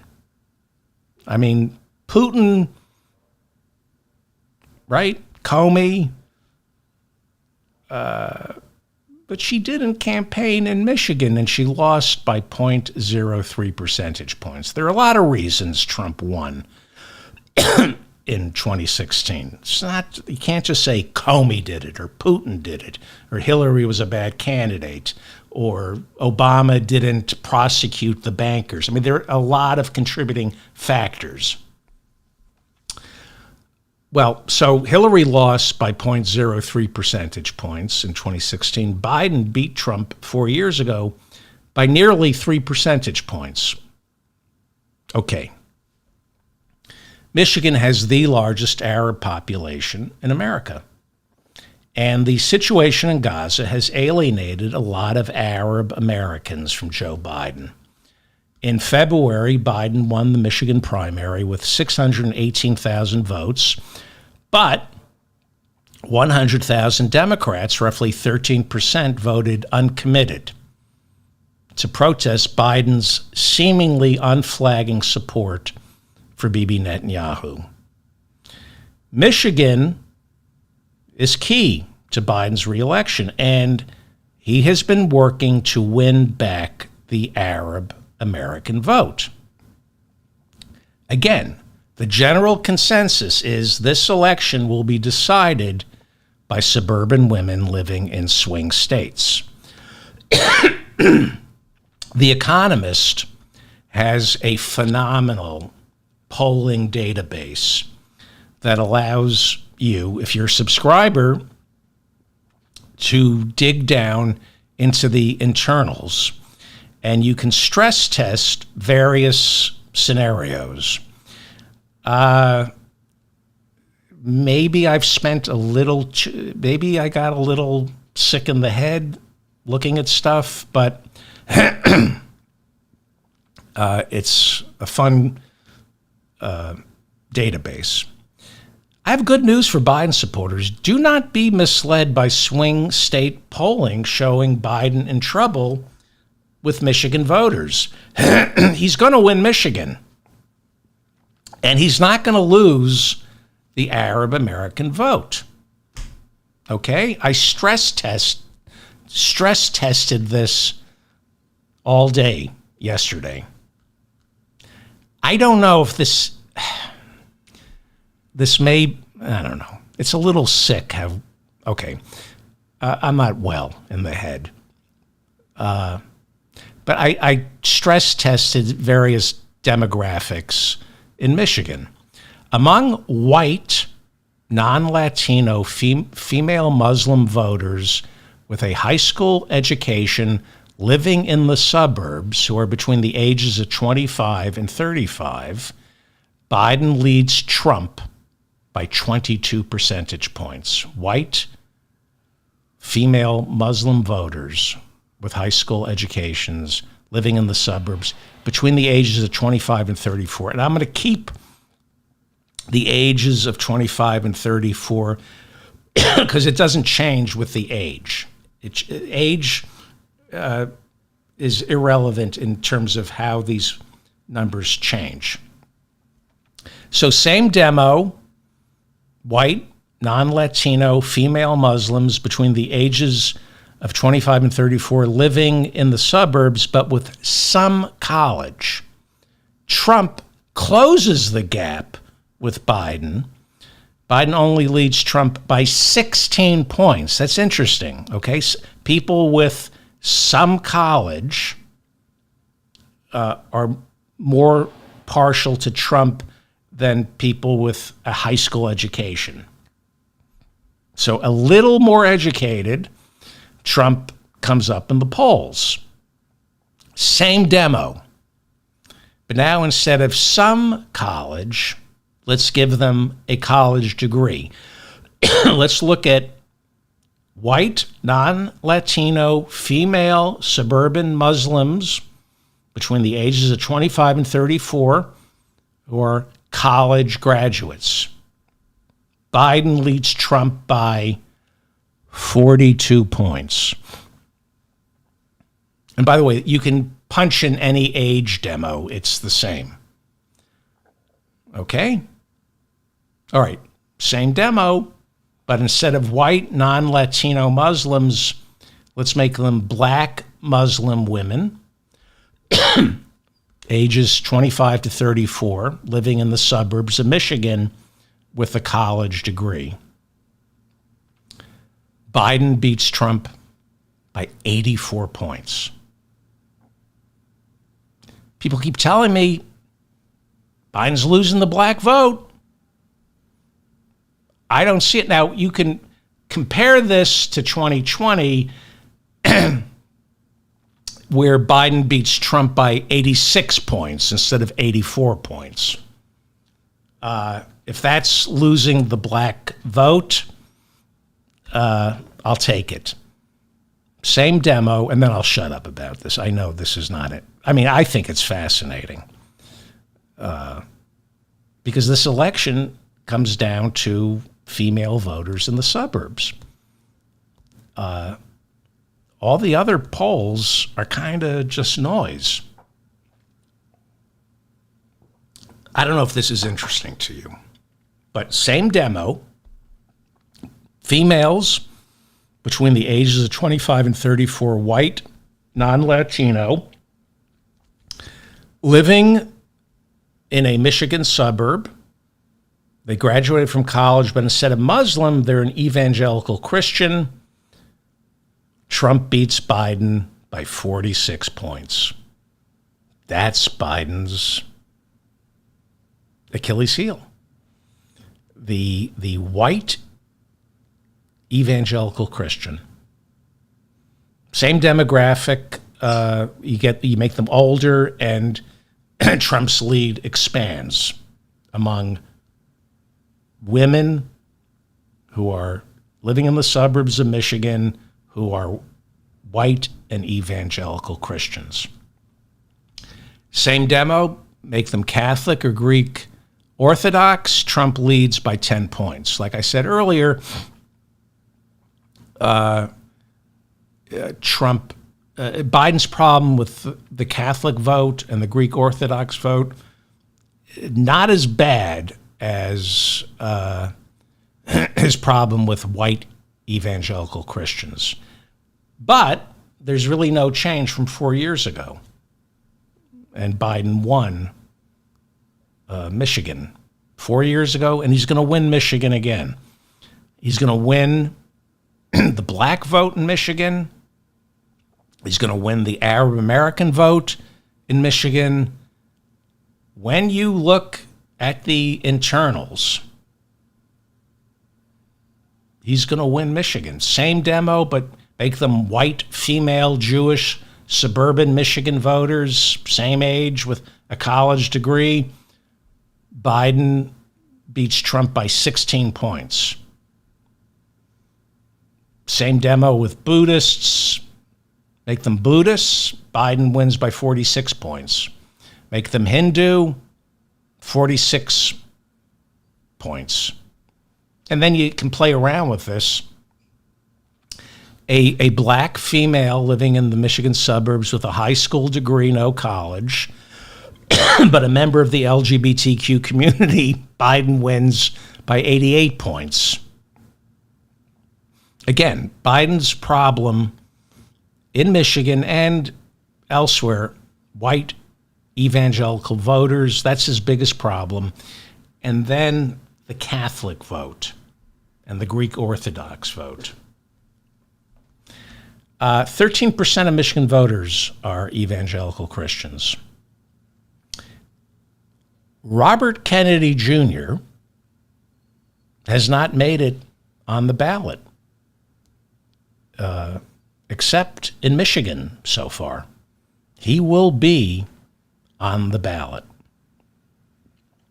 Latest polls show Biden beating Trump by 3 points. When they poll likely voters, Biden beats Trump by 3 votes. Without Bobby Jr. on the ballot, he only beats Trump by 1 point. But Bobby's going to be on the ballot. And in Michigan, I said this when I was going over Texas, the Bobby Kennedy effect is going to be different in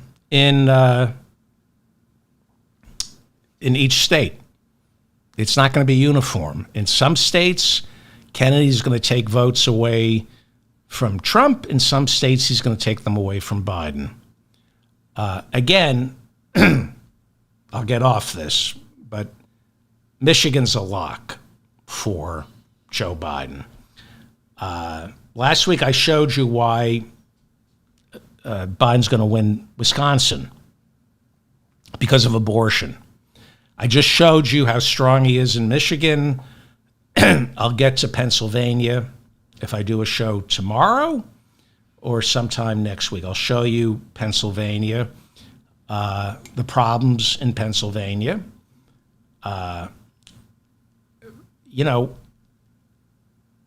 It's in everybody's best interest to make this a nail biter, not mine. I have enough stress in my life. But if you're in the news media or if you're a politician, you want voters scared so they vote. This election is going to seem like a nail biter. And I've said this before, and I'm going to say it again. We are in uncharted waters. There has never, ever been an election like this. You have 2 incumbents running for re-election. This hasn't happened in more than 100 years. What Teddy Roosevelt ran as a bull moose. What was it? 1914? I think it was 1912. Let me know in the comments section. So I know the world is terrified. By the way, God forbid Trump wins. That's not the end of the world. That's the beginning of the fight. If Trump wins, that's when we get off our asses. But so the world is going to be terrified for the next 5 months. I said this before, and from what I've been looking at, we're going to see a replay of 1980. Jimmy Carter, God bless his soul, versus Ronald Reagan. I told you this before. This is what's going to happen. The polls, we may have, by the time you hear this, Jimmy Carter may have left us. Great man. I told you this before. The polls will stay tight until 36 hours before Election Day. This is what happened in 1980. Within 36 hours of Election Day, the pollsters will come into Joe Biden's hotel room, and they're going to say, Mr. President, we are looking at some really incredible numbers. The same thing happened to Jimmy Carter, God bless him, but the other way around. With Jimmy Carter in 80, the election was tight right up until the Sunday before the election, and it revealed itself as a wave election for Ronald Reagan. I'd say God bless Reagan's soul, but he didn't have one. Biden's not going to lose. People try to say he's a one-term president like Jimmy Carter. In 1980, when Jimmy Carter was running for re-election, inflation was 14%. That was the highest it had been in decades, since like the Korean War. Unemployment was at 7.5%. So you had, what is that, stagflation, where you have high inflation and high unemployment. Right now, unemployment is below 4%. Inflation is 3.4%. Interest rates are too high. That's the Fed's fault. But inflation is 3.4%.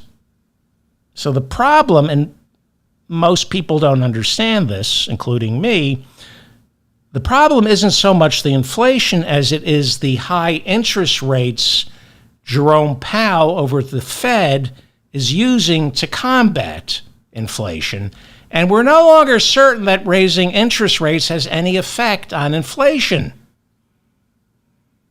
The whole idea of raising interest rates, we're told, is to slow the economy down.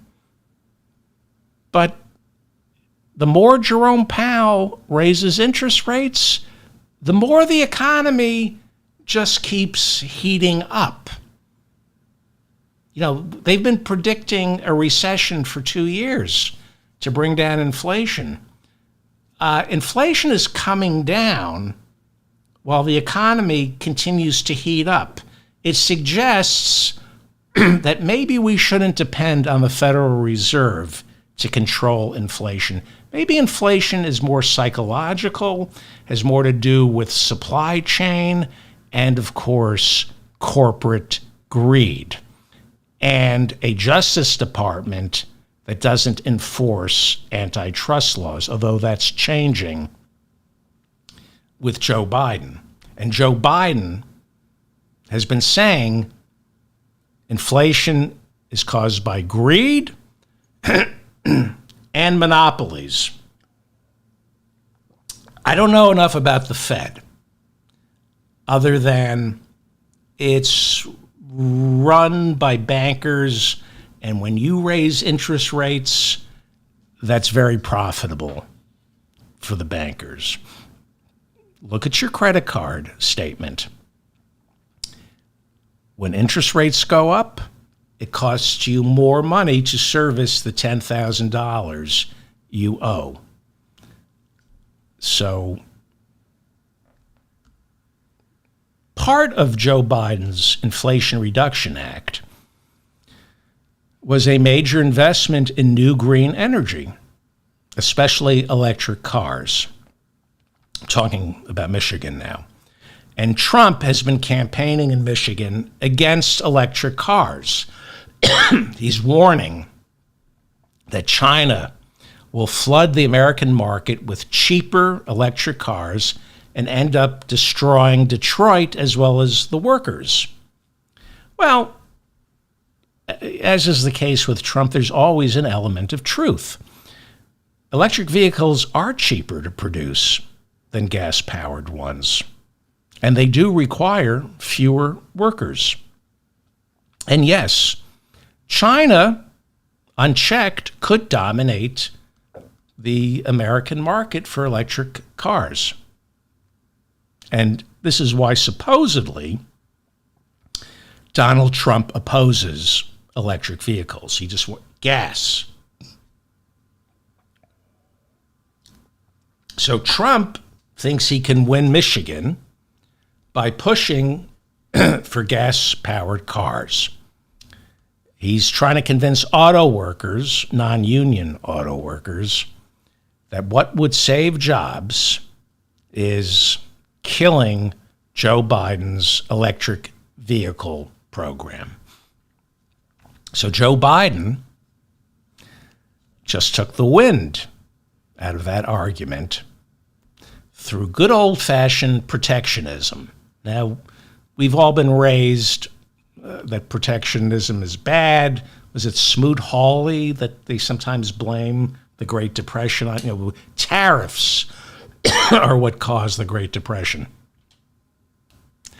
Biden announced this week new tariffs on Chinese electric vehicles that in some instances, some of these tariffs will double the cost of a Chinese electric vehicle here in America.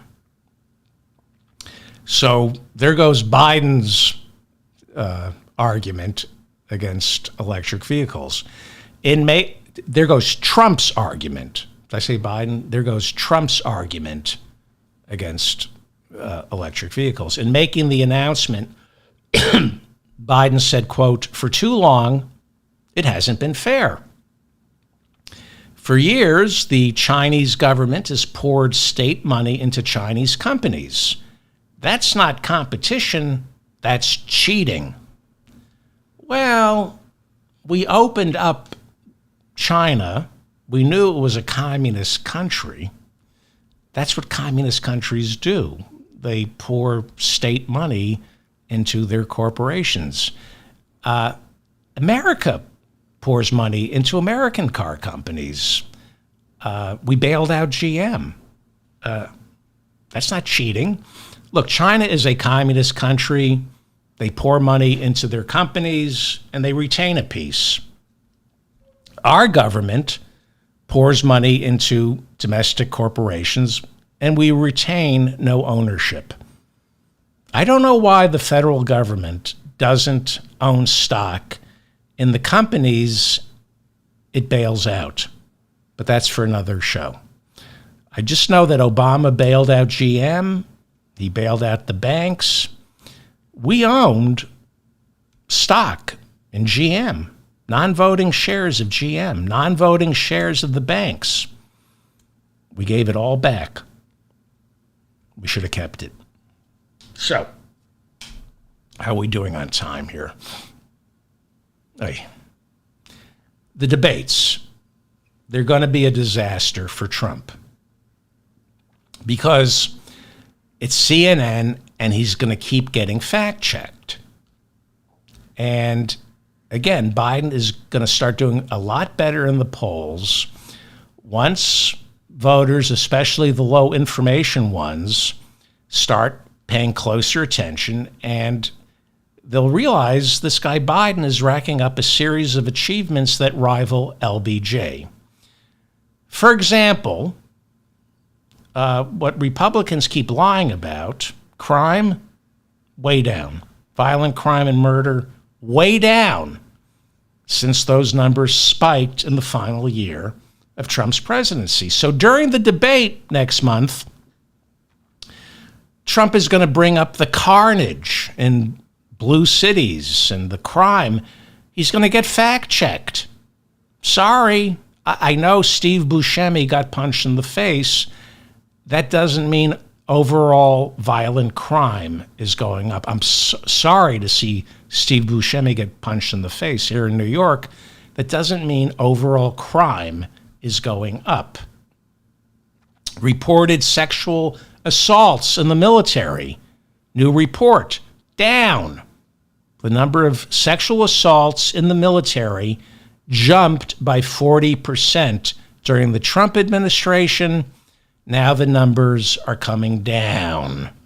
The number of American citizens and foreign nationals overdosing on drugs, opiates in this country, down for the first time in years, down 3%.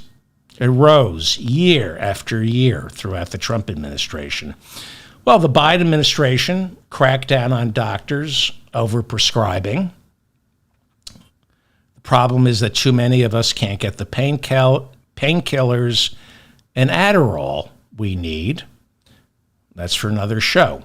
But again, Trump, during the debate, is going to have a tough time challenging Biden's record on fighting drugs. When you ask young voters what their top priority is, besides debt and inflation, for many, it's, why aren't we legalizing marijuana? Well, this is huge. President Biden yesterday announced that marijuana will be listed as a Schedule III drug. Right now, marijuana is listed as a Schedule I. It's up there with heroin.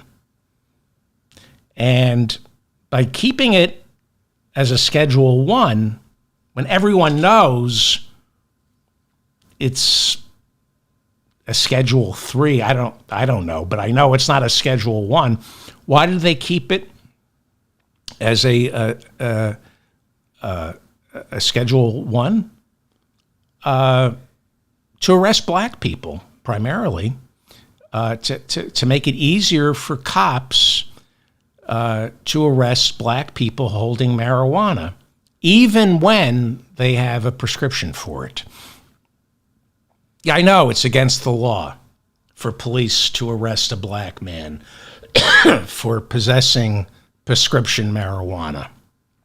I have a friend who spent a week in jail because he's black and a cop wanted to date his sister. So she wouldn't go out with this cop, and my friend got busted for holding on to prescription marijuana. Police do this all the time. The point isn't to convict them, it's to arrest young black men and women, but, black men. It's not to win a conviction. The point is to arrest, fingerprint, and get young black men into the system. Give them an arrest record. Police, when they do this, when my friend got arrested, the cop knew the charges were going to be dropped. But that's how you put young black men into the system. By making pot Schedule III, it's going to be slightly harder for cops to claim marijuana is grounds for arrest, especially when it's legal now in most states. And they were kind of working off federal statutes to justify temporarily locking up people like my friend, and you get arrested. Sometimes that stays on your record. Not always. This guy, my friend, got arrested, spent a week because he didn't have any money, and they kept him waiting for a judge. A week in jail for carrying prescription marijuana. And I said, well, why aren't you pressing charges for false arrest? And he said to me, what world do you live in? This guy arrested me because he wanted to date my sister. You think I'm going to mess with this guy? Back during the Obama administration, the Labor Department tried to implement a fiduciary rule regarding any broker or financial advisor offering advice on pensions. Too often, I'm going to say all the time, stockbrokers and financial advisors recommend that workers invest their self-administered pensions in products, financial products that benefit the person selling the product at the expense of the investor. Often these financial advisors collect a huge fee for selling the investment product, which always ends up providing a lower return for the worker who bought the investment product. Well, very quietly, Joe Biden's Labor Department reinstated the fiduciary rule. As of September, this is really important, and it's something that I don't really understand, but it's a matter of financial life and death. Biden's Labor Department quietly reinstated the fiduciary rule. As of September of this year, it will be illegal for investment advisors to recommend any financial product in which they have a conflict of interest. Any investment product that benefits the advisor over the investor seeking the advice, that's now illegal. The Council of Economic Advisors estimates $5 billion a year is lost to investors because financial advisors put them into risky investments that benefit the advisor at the expense of the investor. After this is just, after the fiduciary rule was announced, Senator Joe Manchin, the outgoing Democratic senator from West Virginia, joined 15 other Republican senators to co-sponsor the Congressional Review Act, which would overturn the Biden administration's new fiduciary rule. Let's find out how much money Wall Street donated to these pigs, including Joe Manchin, to introduce this resolution. Because Wall Street was built on really stupid, immoral people profiting off bad financial advice that benefits the advisor but not the client. Republican Senator Ted Budd of North Carolina pilloried the new fiduciary rule, saying it cuts down on financial choice. Yeah. Now you can't choose to get ripped off by shady financial advisors. Republican Senator Ted Budd said, quote, "The Biden administration's latest executive overreach would make it harder for working families to invest and prepare for their financial future." Bullshit. He went on to say consumers would lose access to financial advice. It will reduce the number of financial management options and throw a would-be retiree's financial security into uncertainty. There's no such thing, by the way, as financial advice.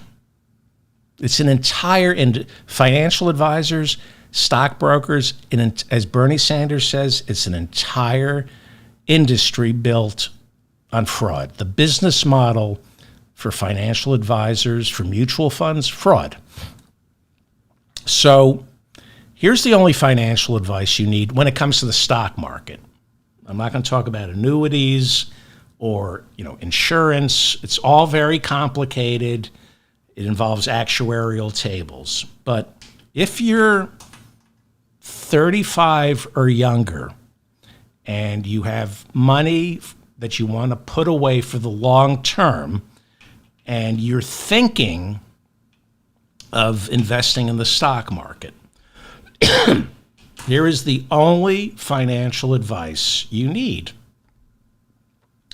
If you're young and you want to invest in the stock market, and that's really the only people who should be in the market are young people, because you can ride it out. Here's what you do.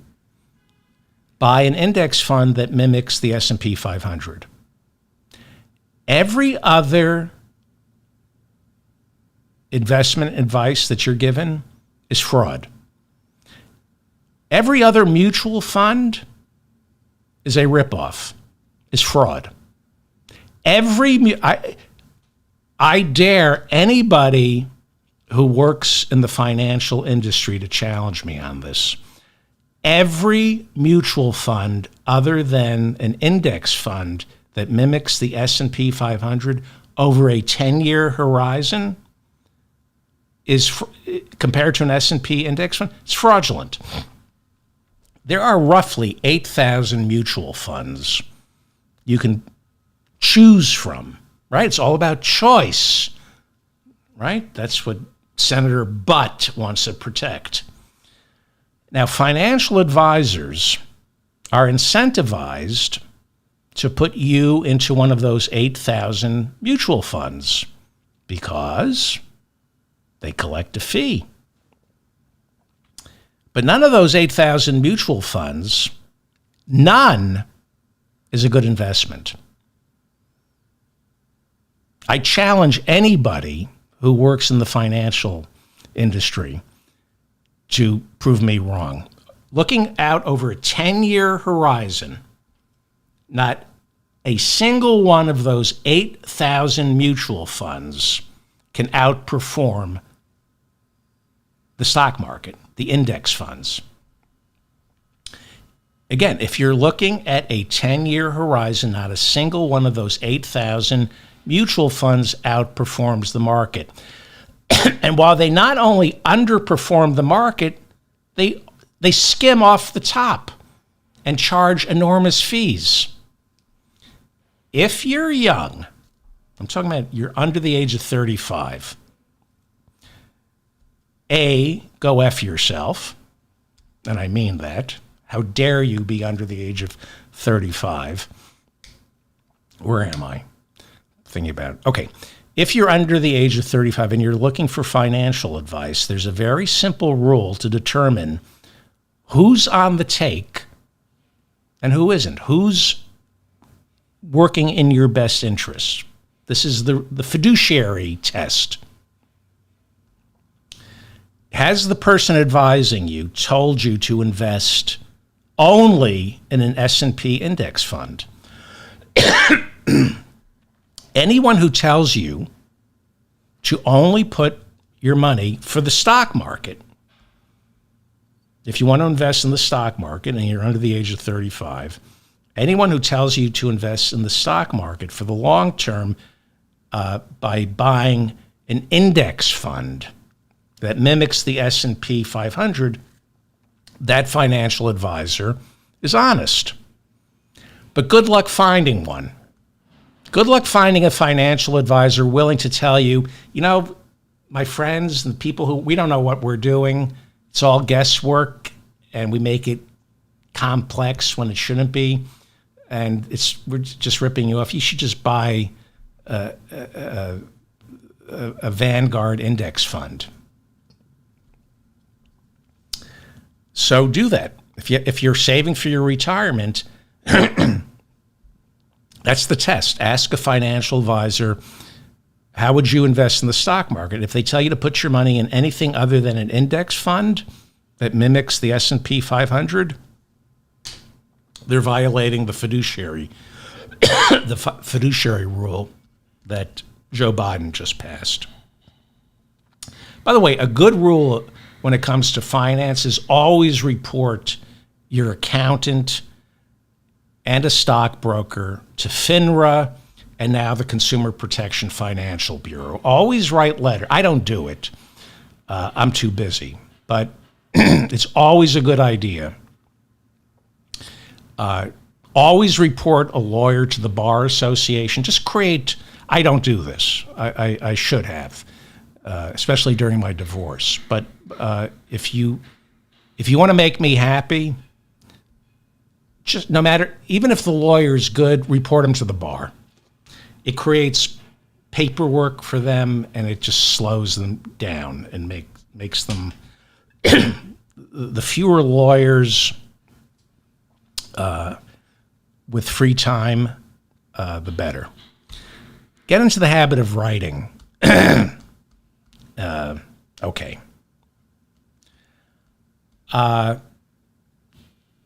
If you don't understand finance, you're not supposed to.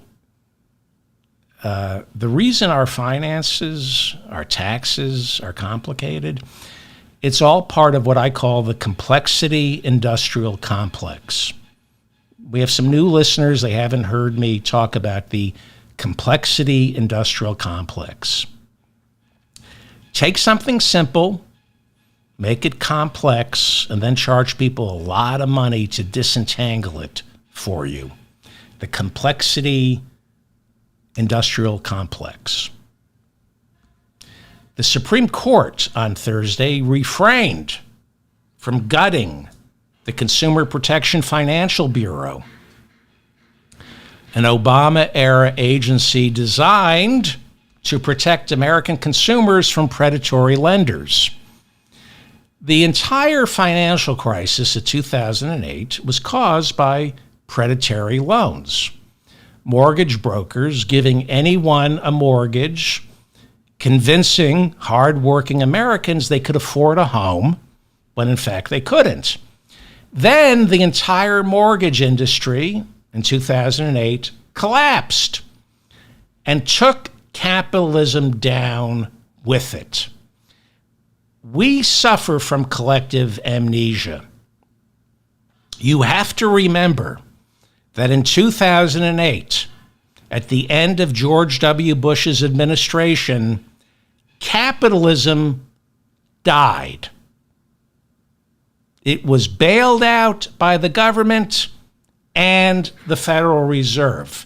But in 2008, in November of 2008, capitalism died. Unregulated, laissez-faire capitalism was declared dead, and the entire world economy came crashing down. And what turned it around was socialism for the banks, for the lenders. See, the Federal Reserve is not technically the United States government. So technically, nobody is calling this recovery from the financial crisis what it really is. And that is,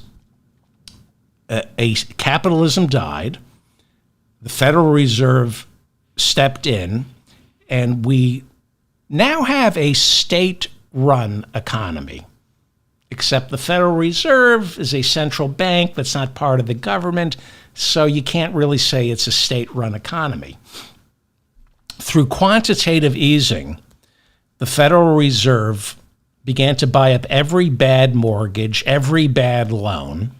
We don't even know how much. You can't audit the Fed. It's smoke and mirrors. So we don't know how many trillions and trillions of dollars worth of mortgages and bad bonds and collateralized debt obligations, how many insurance markers that were taken out on loans. It was a casino. They were betting on loans. We have no idea how many bets the Federal Reserve bought up, trillions and trillions of dollars. The Federal Reserve basically bought our economy. That's how they put an end to the financial collapse that started in 2008. Federal Reserve bought the economy. It wasn't TARP. It wasn't about $1 trillion that Congress handed over to the banks. It was the Fed buying up every bad loan, every bad bet on a bad loan. That's not capitalism. That's not a laissez-faire economy. That's the government owning pretty much the entire economy, but not telling us. And they get away with it because the Federal Reserve is a central bank that isn't really the government, but it is. Well, Elizabeth Warren was supposed to head Obama's new Consumer Protection Financial Bureau, but Republicans, who crashed the economy, refused to allow Obama to appoint her, so instead she ran for Senate and won. And Republicans, since Dodd-Frank, have been trying to gut the Consumer Protection Financial Bureau. Trump put Mick Mulvaney in charge of the CFPB, and it was his intent to dismantle it brick by brick. Mulvaney literally requested zero funding for it. Mulvaney, as head of the Bureau, sided with the payday lenders. And that kind of makes sense, since when he was a congressman, his biggest donors were payday lenders. When he was in Congress, Mulvaney got at least $60,000 in donations from payday lenders, and he returned the favor when he was put in charge of the Consumer Protection Financial Bureau. Well, it all went before the Supreme Court this week. Republican state attorneys general? I think that's the plural. They filed a lawsuit that made it to the Supreme Court this week, challenging the existence of the Consumer Financial Protection Bureau. They didn't like the way it's being funded. See, Obama wanted to make the Consumer Financial Protection Bureau immune from politics. So they made sure it was funded by the Federal Reserve so that Congress, Republicans, couldn't underfund the Consumer Financial Protection Bureau, because Republicans hate any agency that regulates loan sharks. Well, Republicans sued. They called the Consumer Financial Protection Bureau illegitimate because the funding for it comes from the Federal Reserve and not Congress. And they argued before the Supreme Court that the mere existence of the Consumer Protection Financial Bureau violates the Appropriations Clause of the Constitution, which states funding for government agencies is vested in Congress. But the Supreme Court, including Clarence Thomas, rejected that argument on Thursday, saying no, funding for the Consumer Protection Financial Bureau is perfectly legitimate because it was established through an act of Congress that then delegated its appropriations powers to the Federal Reserve. So we still have a Consumer Financial Protection Bureau. Every once in a while, the Supreme Court does something for us. This and the Louisiana congressional map. It has been almost a month since our Supreme Court heard oral arguments on presidential immunity. Still no ruling. The court just can't seem to make up its mind whether an ex-president can or can't be prosecuted for ordering SEAL Team 6 to kill his political opponent. They just can't decide. The New York Times reports this morning that Justice Samuel Alito, he wrote the majority decision overturning Roe. Justice Alito hung a United States flag upside down outside his home to protest Joe Biden's inauguration. It was all part of a symbolic gesture by the Stop the Steal organizers who gave us January 6th. People who opposed Joe Biden's inauguration were told to hang the flag upside down.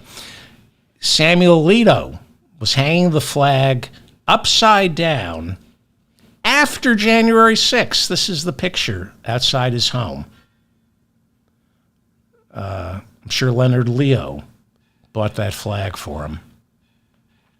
This is the flag hanging upside down 11 days after January 6th, 3 days before Biden's inauguration. Alito is showing solidarity with the Stop the Steal people who gave us January 6th. Alito told the Times, "I had nothing to do with this. I swear to God," he said, "it's my wife's fault."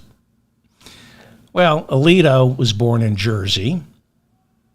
So was Senator Robert Menendez, and that's what we do in Jersey. Blame the wife. It's my wife's fault. What a scuzzbag. My wife did it. White-collar workers in managerial positions are rarely offered overtime. Chain stores will bump someone up to manager just so they can make them work longer hours but not pay them time and a half. The Biden administration just issued a new rule saying any salaried employee earning up to roughly $60,000 a year will now be entitled to overtime pay, whether you're a manager or not. Under the Trump administration, salaried employees earning less than $35,000 a year, only they qualified for overtime. Biden has nearly doubled the threshold to be eligible for overtime, which will benefit millions of Americans in managerial positions. If you are a salaried employee now, if you work in retail and they made you a manager, well, in the past you weren't eligible for overtime. Now, if you're earning up to about $60,000 a year, you're about to be entitled to overtime pay. So you may want to look into that. And you have to be told that by your boss that you qualify. Joe Biden's Federal Trade Commission filed suit to block the largest merger of grocery stores in American history. Kroger and Albertsons announced the merger earlier in the year, and the Biden administration filed suit last month to block the merger. Biden said the merger will result in higher food costs, inflation, and it will wipe out thousands of good, high-paying union jobs. As I said earlier, you want to bring down inflation? Forget the Federal Reserve. Have the FTC and the Justice Department enforce antitrust laws. This week, in an attempt to placate the FTC, Albertsons and Kroger's began making themselves smaller by selling off individual supermarkets in the hope that by the time they go to court, the judge will not view them as too big and will allow the merger to go through. This is how you combat inflation, not by raising interest rates, by telling Kroger and Albertsons, no, you can't merge. Michael Kors, this is very important to me, this story. Michael Kors and Coach, the makers of luxury handbags, announced plans to merge their two companies, creating one handbag manufacturer, one luxury handbag manufacturer that employs 33,000 people worldwide. The Biden administration said not so fast, and they're standing up to big handbag. They're standing up to big oil, and now they're standing up to big handbag. The FTC filed, this is very important to me, the FTC filed a lawsuit to block the merger, saying combining the two companies would inflate the prices of luxury handbags, while at the same time resulting in massive layoffs. Biden's FTC said they are trying to make certain that the luxury handbag market is still competitive. This is very important to me. I don't understand handbags. All I know is you never question why or how much a woman spent on a handbag. It's one of the great mysteries, and I've learned to keep my mouth shut. Handbags are like abortion. Men have no say. Handbags and it's up to a woman to decide. And by blocking the merger of Michael Kors and Coach, the Biden administration is clearly showing that it is pro-choice. A woman should be free to choose between a Michael Kors luxury handbag and a Coach luxury handbag, not one handbag made by a giant conglomerate. There must be more choice for luxury handbag consumers. don't get the luxury, don't get handbags. From what I can tell, handbags are to women what penises are to men. In other words, women only care what other women think of their handbags, and men only care what other men think of their penises. Handbag. No guy ever said, wow, I really love your handbag. Never. But women care about other women's handbags. And guys only care what other men think of their dicks. Women don't care about a guy's penis, at least not the way other guys care about another guy's penis. And I find that unfair because a woman can buy a new handbag, but a guy, when he gets sick of his penis, feels that it's out of style. We're stuck with it. You can't buy a new penis. You can buy a new handbag. Look, I know giving birth is very painful, but the trade-off is you get to buy a new handbag. Men can't buy a new penis. All we can do is dress it up a bit in designer caps. Maybe have the testicles rotated and painted in horizontal stripes to make it look less droopy. At least that's what I do. Every 2 or 3 years, I buy a designer cap, get the rims shined, and I try not to scrimp on the Rust-Oleum. A lot of guys don't spring for the Rust-Oleum, and they wait until the oxidation has gotten so bad the rust permeates the bolts and joints, and your penis starts looking really run down. And you do not want, especially as you age, you don't want a rusty, run-down penis. I need medical help. I don't know. Like some kind of new meds for the brain. I don't know, like, what am I doing? How long is this show? 2 hours and 22 minutes. Is anybody even watching this, listening to this?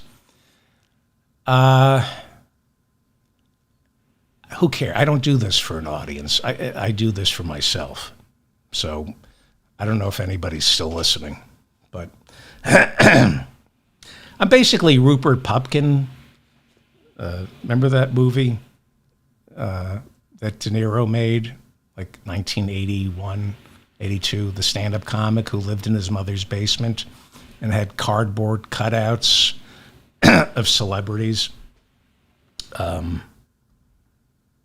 what I feel like right now. President Biden has also put an end to non-compete clauses, which in the past prevented someone who works at McDonald's from quitting in order to take a higher paying job across the street at, say, Wendy's. 1 in 5 American workers is under some type of non-compete clause, and they have grown common, especially among low-wage workers, for the sole purpose of keeping those jobs low wage. That's what a non-compete clause is about with low-wage workers, keeping the jobs low wage. If you can't, as a worker, threaten to walk across the street and work there, there's no incentive to pay you more or make your working conditions more pleasant. Well, because of the Biden administration, all non-compete clauses are about to become null and void. Not just new non-compete clauses, all non-compete clauses.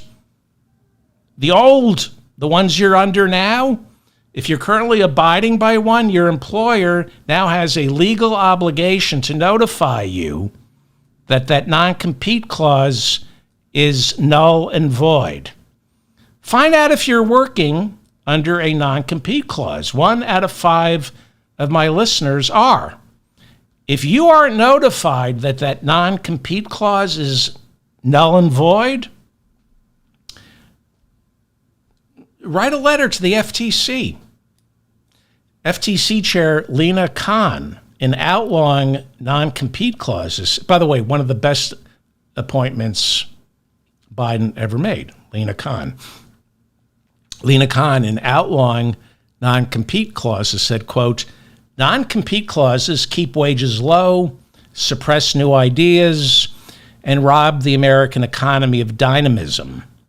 The FTC's final rule to ban non-competes will ensure Americans have the freedom to pursue a new job, start a new business, or bring a new idea to market," unquote. Business groups, especially in the fast food industry, are opposing this new rule, saying non-compete clauses are necessary for maintaining trade secrets. What trade secrets? That employees at Burger King don't wash their hands after using the restroom?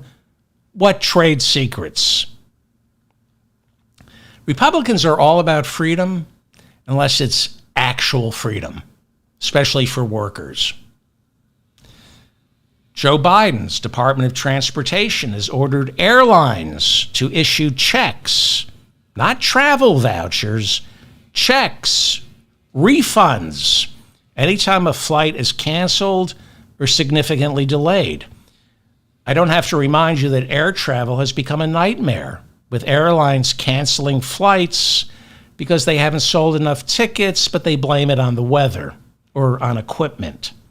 The Transportation Department also issued a new rule mandating that airlines and travel agents inform consumers of any extra fees before the ticket is purchased. As many of you know, baggage fees are often charged when the flyer checks in after the ticket has already been purchased and it's too late to say no to the baggage fee. This is all part of President Biden's war on junk fees. And here's the best part. Airlines have to issue the refund within 7 days and return the money in the form which the ticket was purchased. In other words, you buy an airline ticket using a credit card, the airline has 7 days to reverse the charges on your credit card. None of this, the check is in the mail, but you first need to fill out this application and mail it in, and then in 90 days, if you call us and remind us, we'll send you a check. You put it on a credit card to buy the ticket, they cancel your flight, thanks to Joe Biden. 7 days to reverse the charge on your credit card. So, why did I mention all these executive orders that took place in the past 3 weeks? Because Joe Biden, flying under the radar, is the most consequential president in modern American history. By the way, he pulled us out of Afghanistan. He hasn't gotten us into any wars, despite what's going on in Gaza and Ukraine. He's not sending any troops overseas. COVID is no longer a national emergency. Our infrastructure is getting rebuilt. Wage growth is outpacing inflation. Crime is down. And Joe Biden's done all this and way, way more by being very, very quiet about it and by leading from behind. Sadly, it's one of the reasons his poll numbers don't reflect all these accomplishments. He's not capable of braggadocio. But this is why Trump is going to lose next month's debate. Without a crowd, with just Joe Biden and CNN in the room, Trump will not get away with telling lies. And the only reason Trump is doing as well as he is right now is he hasn't debated anyone. He sat out the primary debates. Nobody challenges him. He hasn't held a press conference. He just issues proclamations that go unchallenged. That's about to change at the end of June when he debates Joe Biden on CNN, if he doesn't back out. I would advise him to back out. It's not going to be pretty. Here is Jeff Van Drew. He's a New Jersey congressman. I believe he used to be a Democrat, and then he switched parties after after Trump won. I also think he's a dentist. I'm not sure. Like Paul Gosar, dentist. Here is Republican Jeff Van Drew last weekend warming up the crowd for Trump. Now, I can't believe he said this. I cannot believe Jeff Van Drew said this in front of people. We are here because we remember where we were 4 years ago. We remember 4 years ago when we had a great economy, and we see what's happening right now in an economy that's faltering. We remember where we were 4 years ago. Do we? Do ya? See, this is the difference between a rally and next month's debate. At a rally, at a Trump rally, you can say whatever you want. At a debate, you can't. When it's one-on-one with a moderator fact-checking, Trump is going to get his ass handed to him next month. So, he says, Jeff Van Drew says, we remember where we were 4 years ago.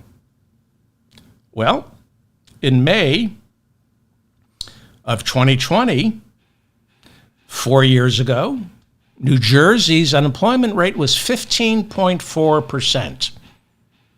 Today, it's 4.8%, which is somewhat high considering the national average is 3.8%. Do you remember where you were 4 years ago, Jeff Van Drew? Do the Republicans remember? Joe Biden has recorded the longest stretch of job growth in modern American history.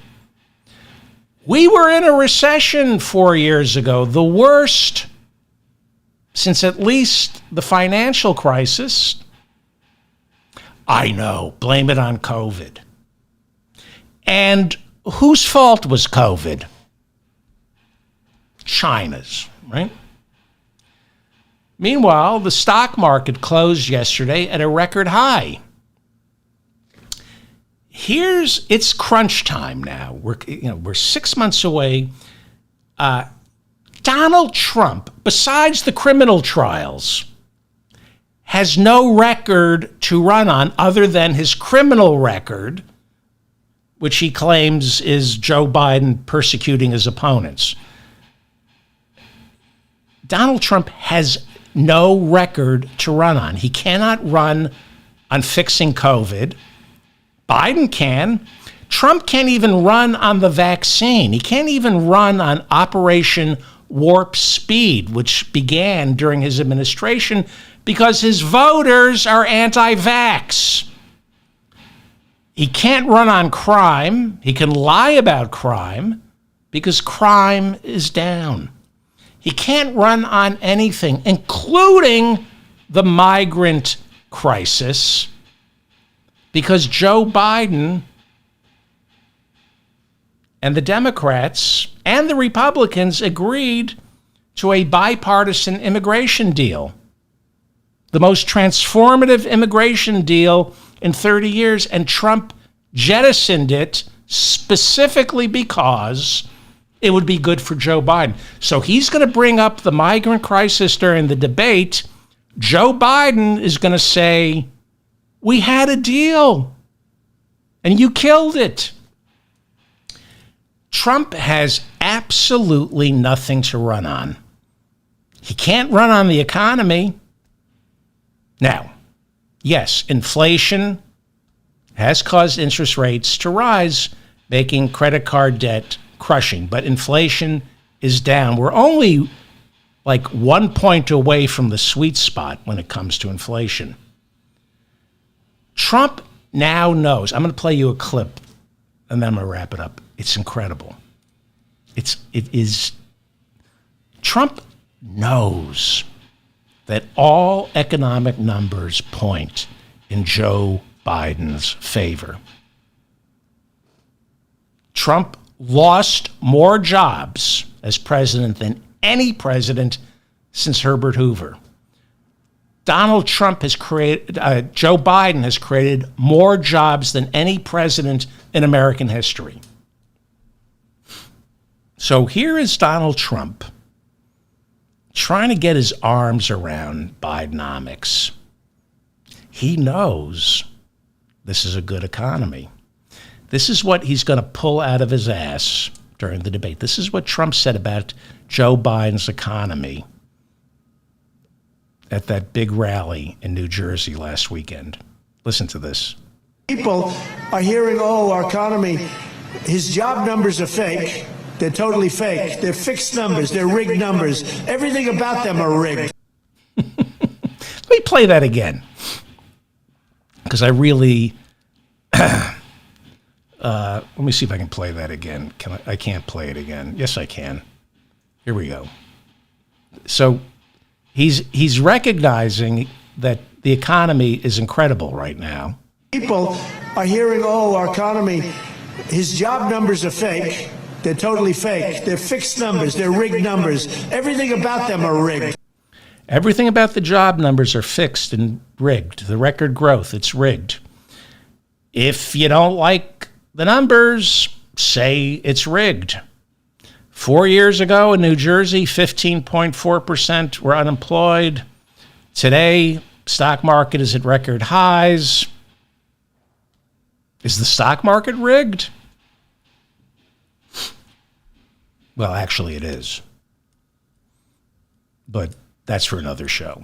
But the stock market is rigged. Did it touch 40,000 or 30,000 yesterday? I think 40,000. The stock market is rigged. There are 30 stocks in the Dow Jones Industrial Average. Okay? Pay attention to this. If one of those stocks in the Dow Jones Industrial Average, you know, when you read the news, they go, the Dow Jones Industrial Average was up 100 points today, right? Those are 30 stocks. There are 30 stocks. If one of those stocks starts underperforming, they kick it out and they replace it with a stock that's doing better. For example, General Electric was kicked out of the Dow Jones Industrial Average because General Electric started a tank 6 years ago. GE was one of the 30 stocks in the Dow Jones Industrial Average, and the people who run that index said, GE is a loser, let's replace it with Walgreens. See how it works? See how it's rigged? So yes, they tell you, especially young people, invest in stocks. The Dow Jones Industrial Average over the long run, over 120 years, even with the ups and the downs, it has averaged 11% a year for more than a century. That's what they'll tell you. Well, that's because it's rigged, literally rigged.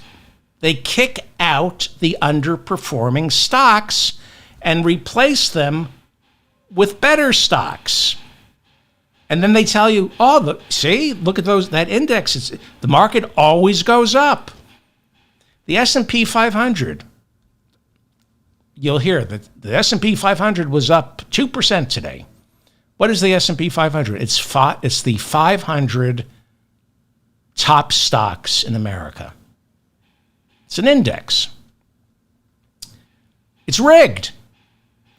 1/3 of those 500 companies listed in the S&P 9 years ago have been kicked out, 1/3, and replaced by companies that are doing better. So, of course, you're going to hear that the S&P and the Dow Jones Industrial Average are hitting record highs because the S&P got rid of 1/3 of the companies that weren't doing well and put in companies that are doing well. If you fill a basket with just winners, you're rigging the system, and it's going to look like you're always winning. Let me make this as simple. Imagine an apartment building with 500 units, okay? Every couple of years, let's say I own a building with 500 units in it, and every couple of years, I check the net worth of all the people living there. And I say, if you're not worth at least $1 million, I'm kicking you out. And I'm replacing you with someone who is worth at least $1 million. Right? That's what the S&P 500 does. They say, you got to be successful or we're kicking you out. So I own a building, 500 units, you have to be a millionaire. If you're not a millionaire, I kick you out. And then I say, hey, look, everyone who lives here is a millionaire. There must be something about this building that makes people rich. No, you kicked out 1/3 of the residents because they weren't worth $1 million and replaced them with new residents who were worth $1 million. That's why the stock market is rigged. And what's the answer? Work hard, save your money. Don't think you're going to pay for your retirement with shopdavidfeldman.com. If you're going to play the stock market, if you're under the age of 35, index funds that mimic the S&P 500. Because the index funds are kicking out the losers and replacing them with the winners. So you might as well own the S&P 500. Those 8,000 mutual funds that try to pick stocks, you buy any one of those 8,000 mutual funds, you're certainly going to underperform the S&P 500. And that's a fact. Very few people know this. Years ago on this show, I had Steve Forbes on. He had written a book. And at the end of I got to find this clip. It's just audio. And I told him this. I said I explained to him why the whole system is rigged. And I got to play the clip. And there was this long pause, and he said, yeah, you're right. Yeah, you're right. Of course I'm right. And nobody knows this. Nobody says this. Nobody says this. I'm going to find that clip. Meanwhile, Trump is talking about how the economy is rigged. His Truth Social stock, if you remember, merged and formed the new Trump Media company, and it's being traded on the stock market. This morning, we learned that Trump Media will not be able to issue its quarterly earnings report because its accountant has been kicked out of the business for massive fraud. I talked about this 2 weeks ago. but now they can't issue their earnings report. There's going to be a delay on finding out how much Trump media lost during the last quarter because the accounting company that shepherded Trump media helped it go from a private company to a publicly traded company. The SEC just banned that accountant from ever doing business again. Mr. Trump, do you have a response to that? Everything about them are rigged, from the elections to the economy, everything. Yeah, everything's rigged. So why not rig it yourself? From the elections to the economy, it's all rigged. Well, if you don't like the results, it's all rigged. Biden and Trump debate on CNN June 27th in Atlanta. No audience. Trump won't be allowed to lie. He's going to lose. And after he loses the debate, the first thing he's going to say is, Everything about them are rigged, from the elections to the economy, everything. yeah, the debate was rigged because I lost. 17% of voters are blaming Biden for Roe getting overturned. The only way Trump can win in November is because he lied about everything, and the American people are too stupid to know that.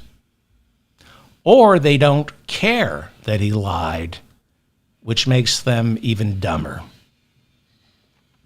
As I mentioned earlier, Thomas Jefferson said a well-informed citizenry is the best defense against tyranny. Up until 1933, Germany produced some of the world's greatest scientists, philosophers, and artists the world has ever seen. But then the stupid took over. Hitler was stupid. Trump is stupid. The people Trump surrounds himself with are even stupider than he is. And the people who vote for Trump are even dumber than all of them. If we learned anything from COVID, it's that stupid people will get you killed.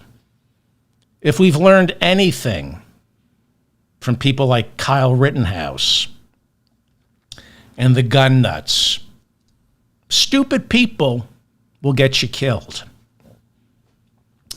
If we learned anything from Exxon and all their lobbyists, politicians, and conservative pundits who take money from Exxon to deny climate catastrophe, stupid people get you killed.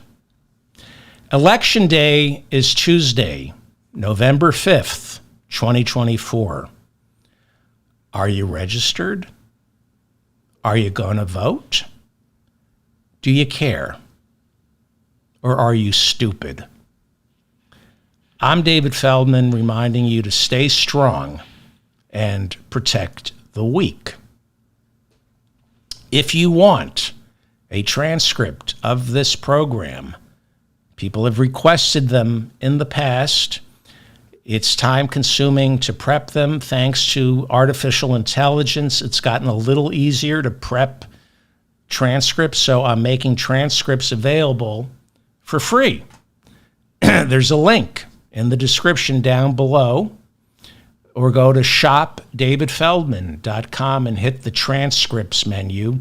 We have all the transcripts for all of May, and they're free. I put it over there at shopdavidfeldman.com because people who were stupid enough to purchase the garbage over there, like this.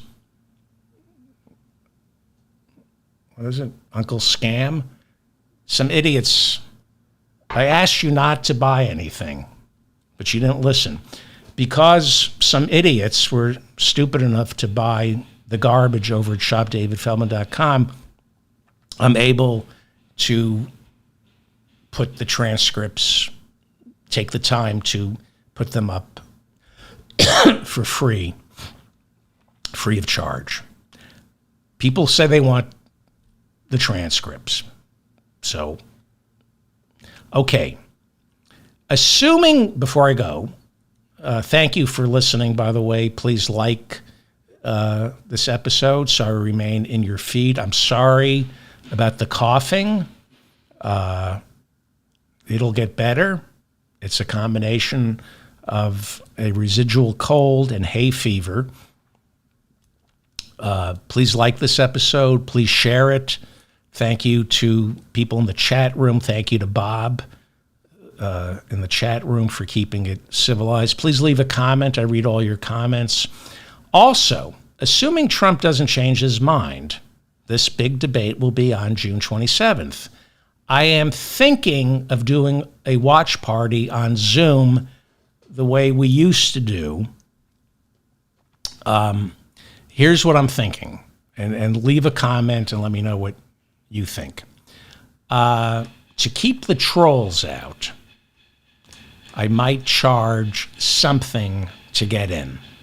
I don't know how much, but charging something like $1.50, $1 will keep the trolls out, and it'll keep my lights on here. I'm thinking of charging like what it would cost to buy a copy of the New York Times, just enough to keep the trolls out. And if you can't afford it, just let me know, and I'll let you in for free.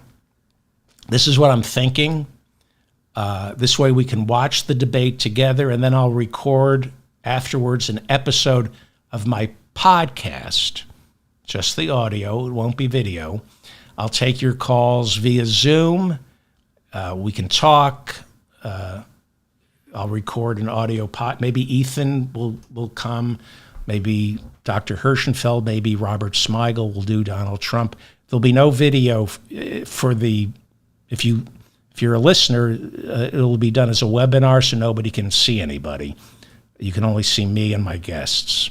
It'll be kind of like YouTube where you can chat, but nobody can see anyone, because I found when we did meetings, it was distracting and nobody wants to be seen, including me.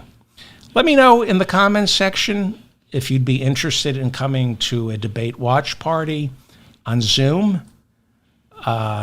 If you were a member of my old community before it collapsed, it's gonna be different. I think I've learned from previous mistakes. I think not being able to see everybody, I think it's better to just use the chat room to communicate, or raise your hand and I'll call on you. I think a more disciplined approach might be healthier. All right, that's it. I think I've covered everything. I will probably not do a show tomorrow, but I will do my show Saturday, late Saturday night, early Sunday morning. Thank you for putting up with this garbage. Thank you.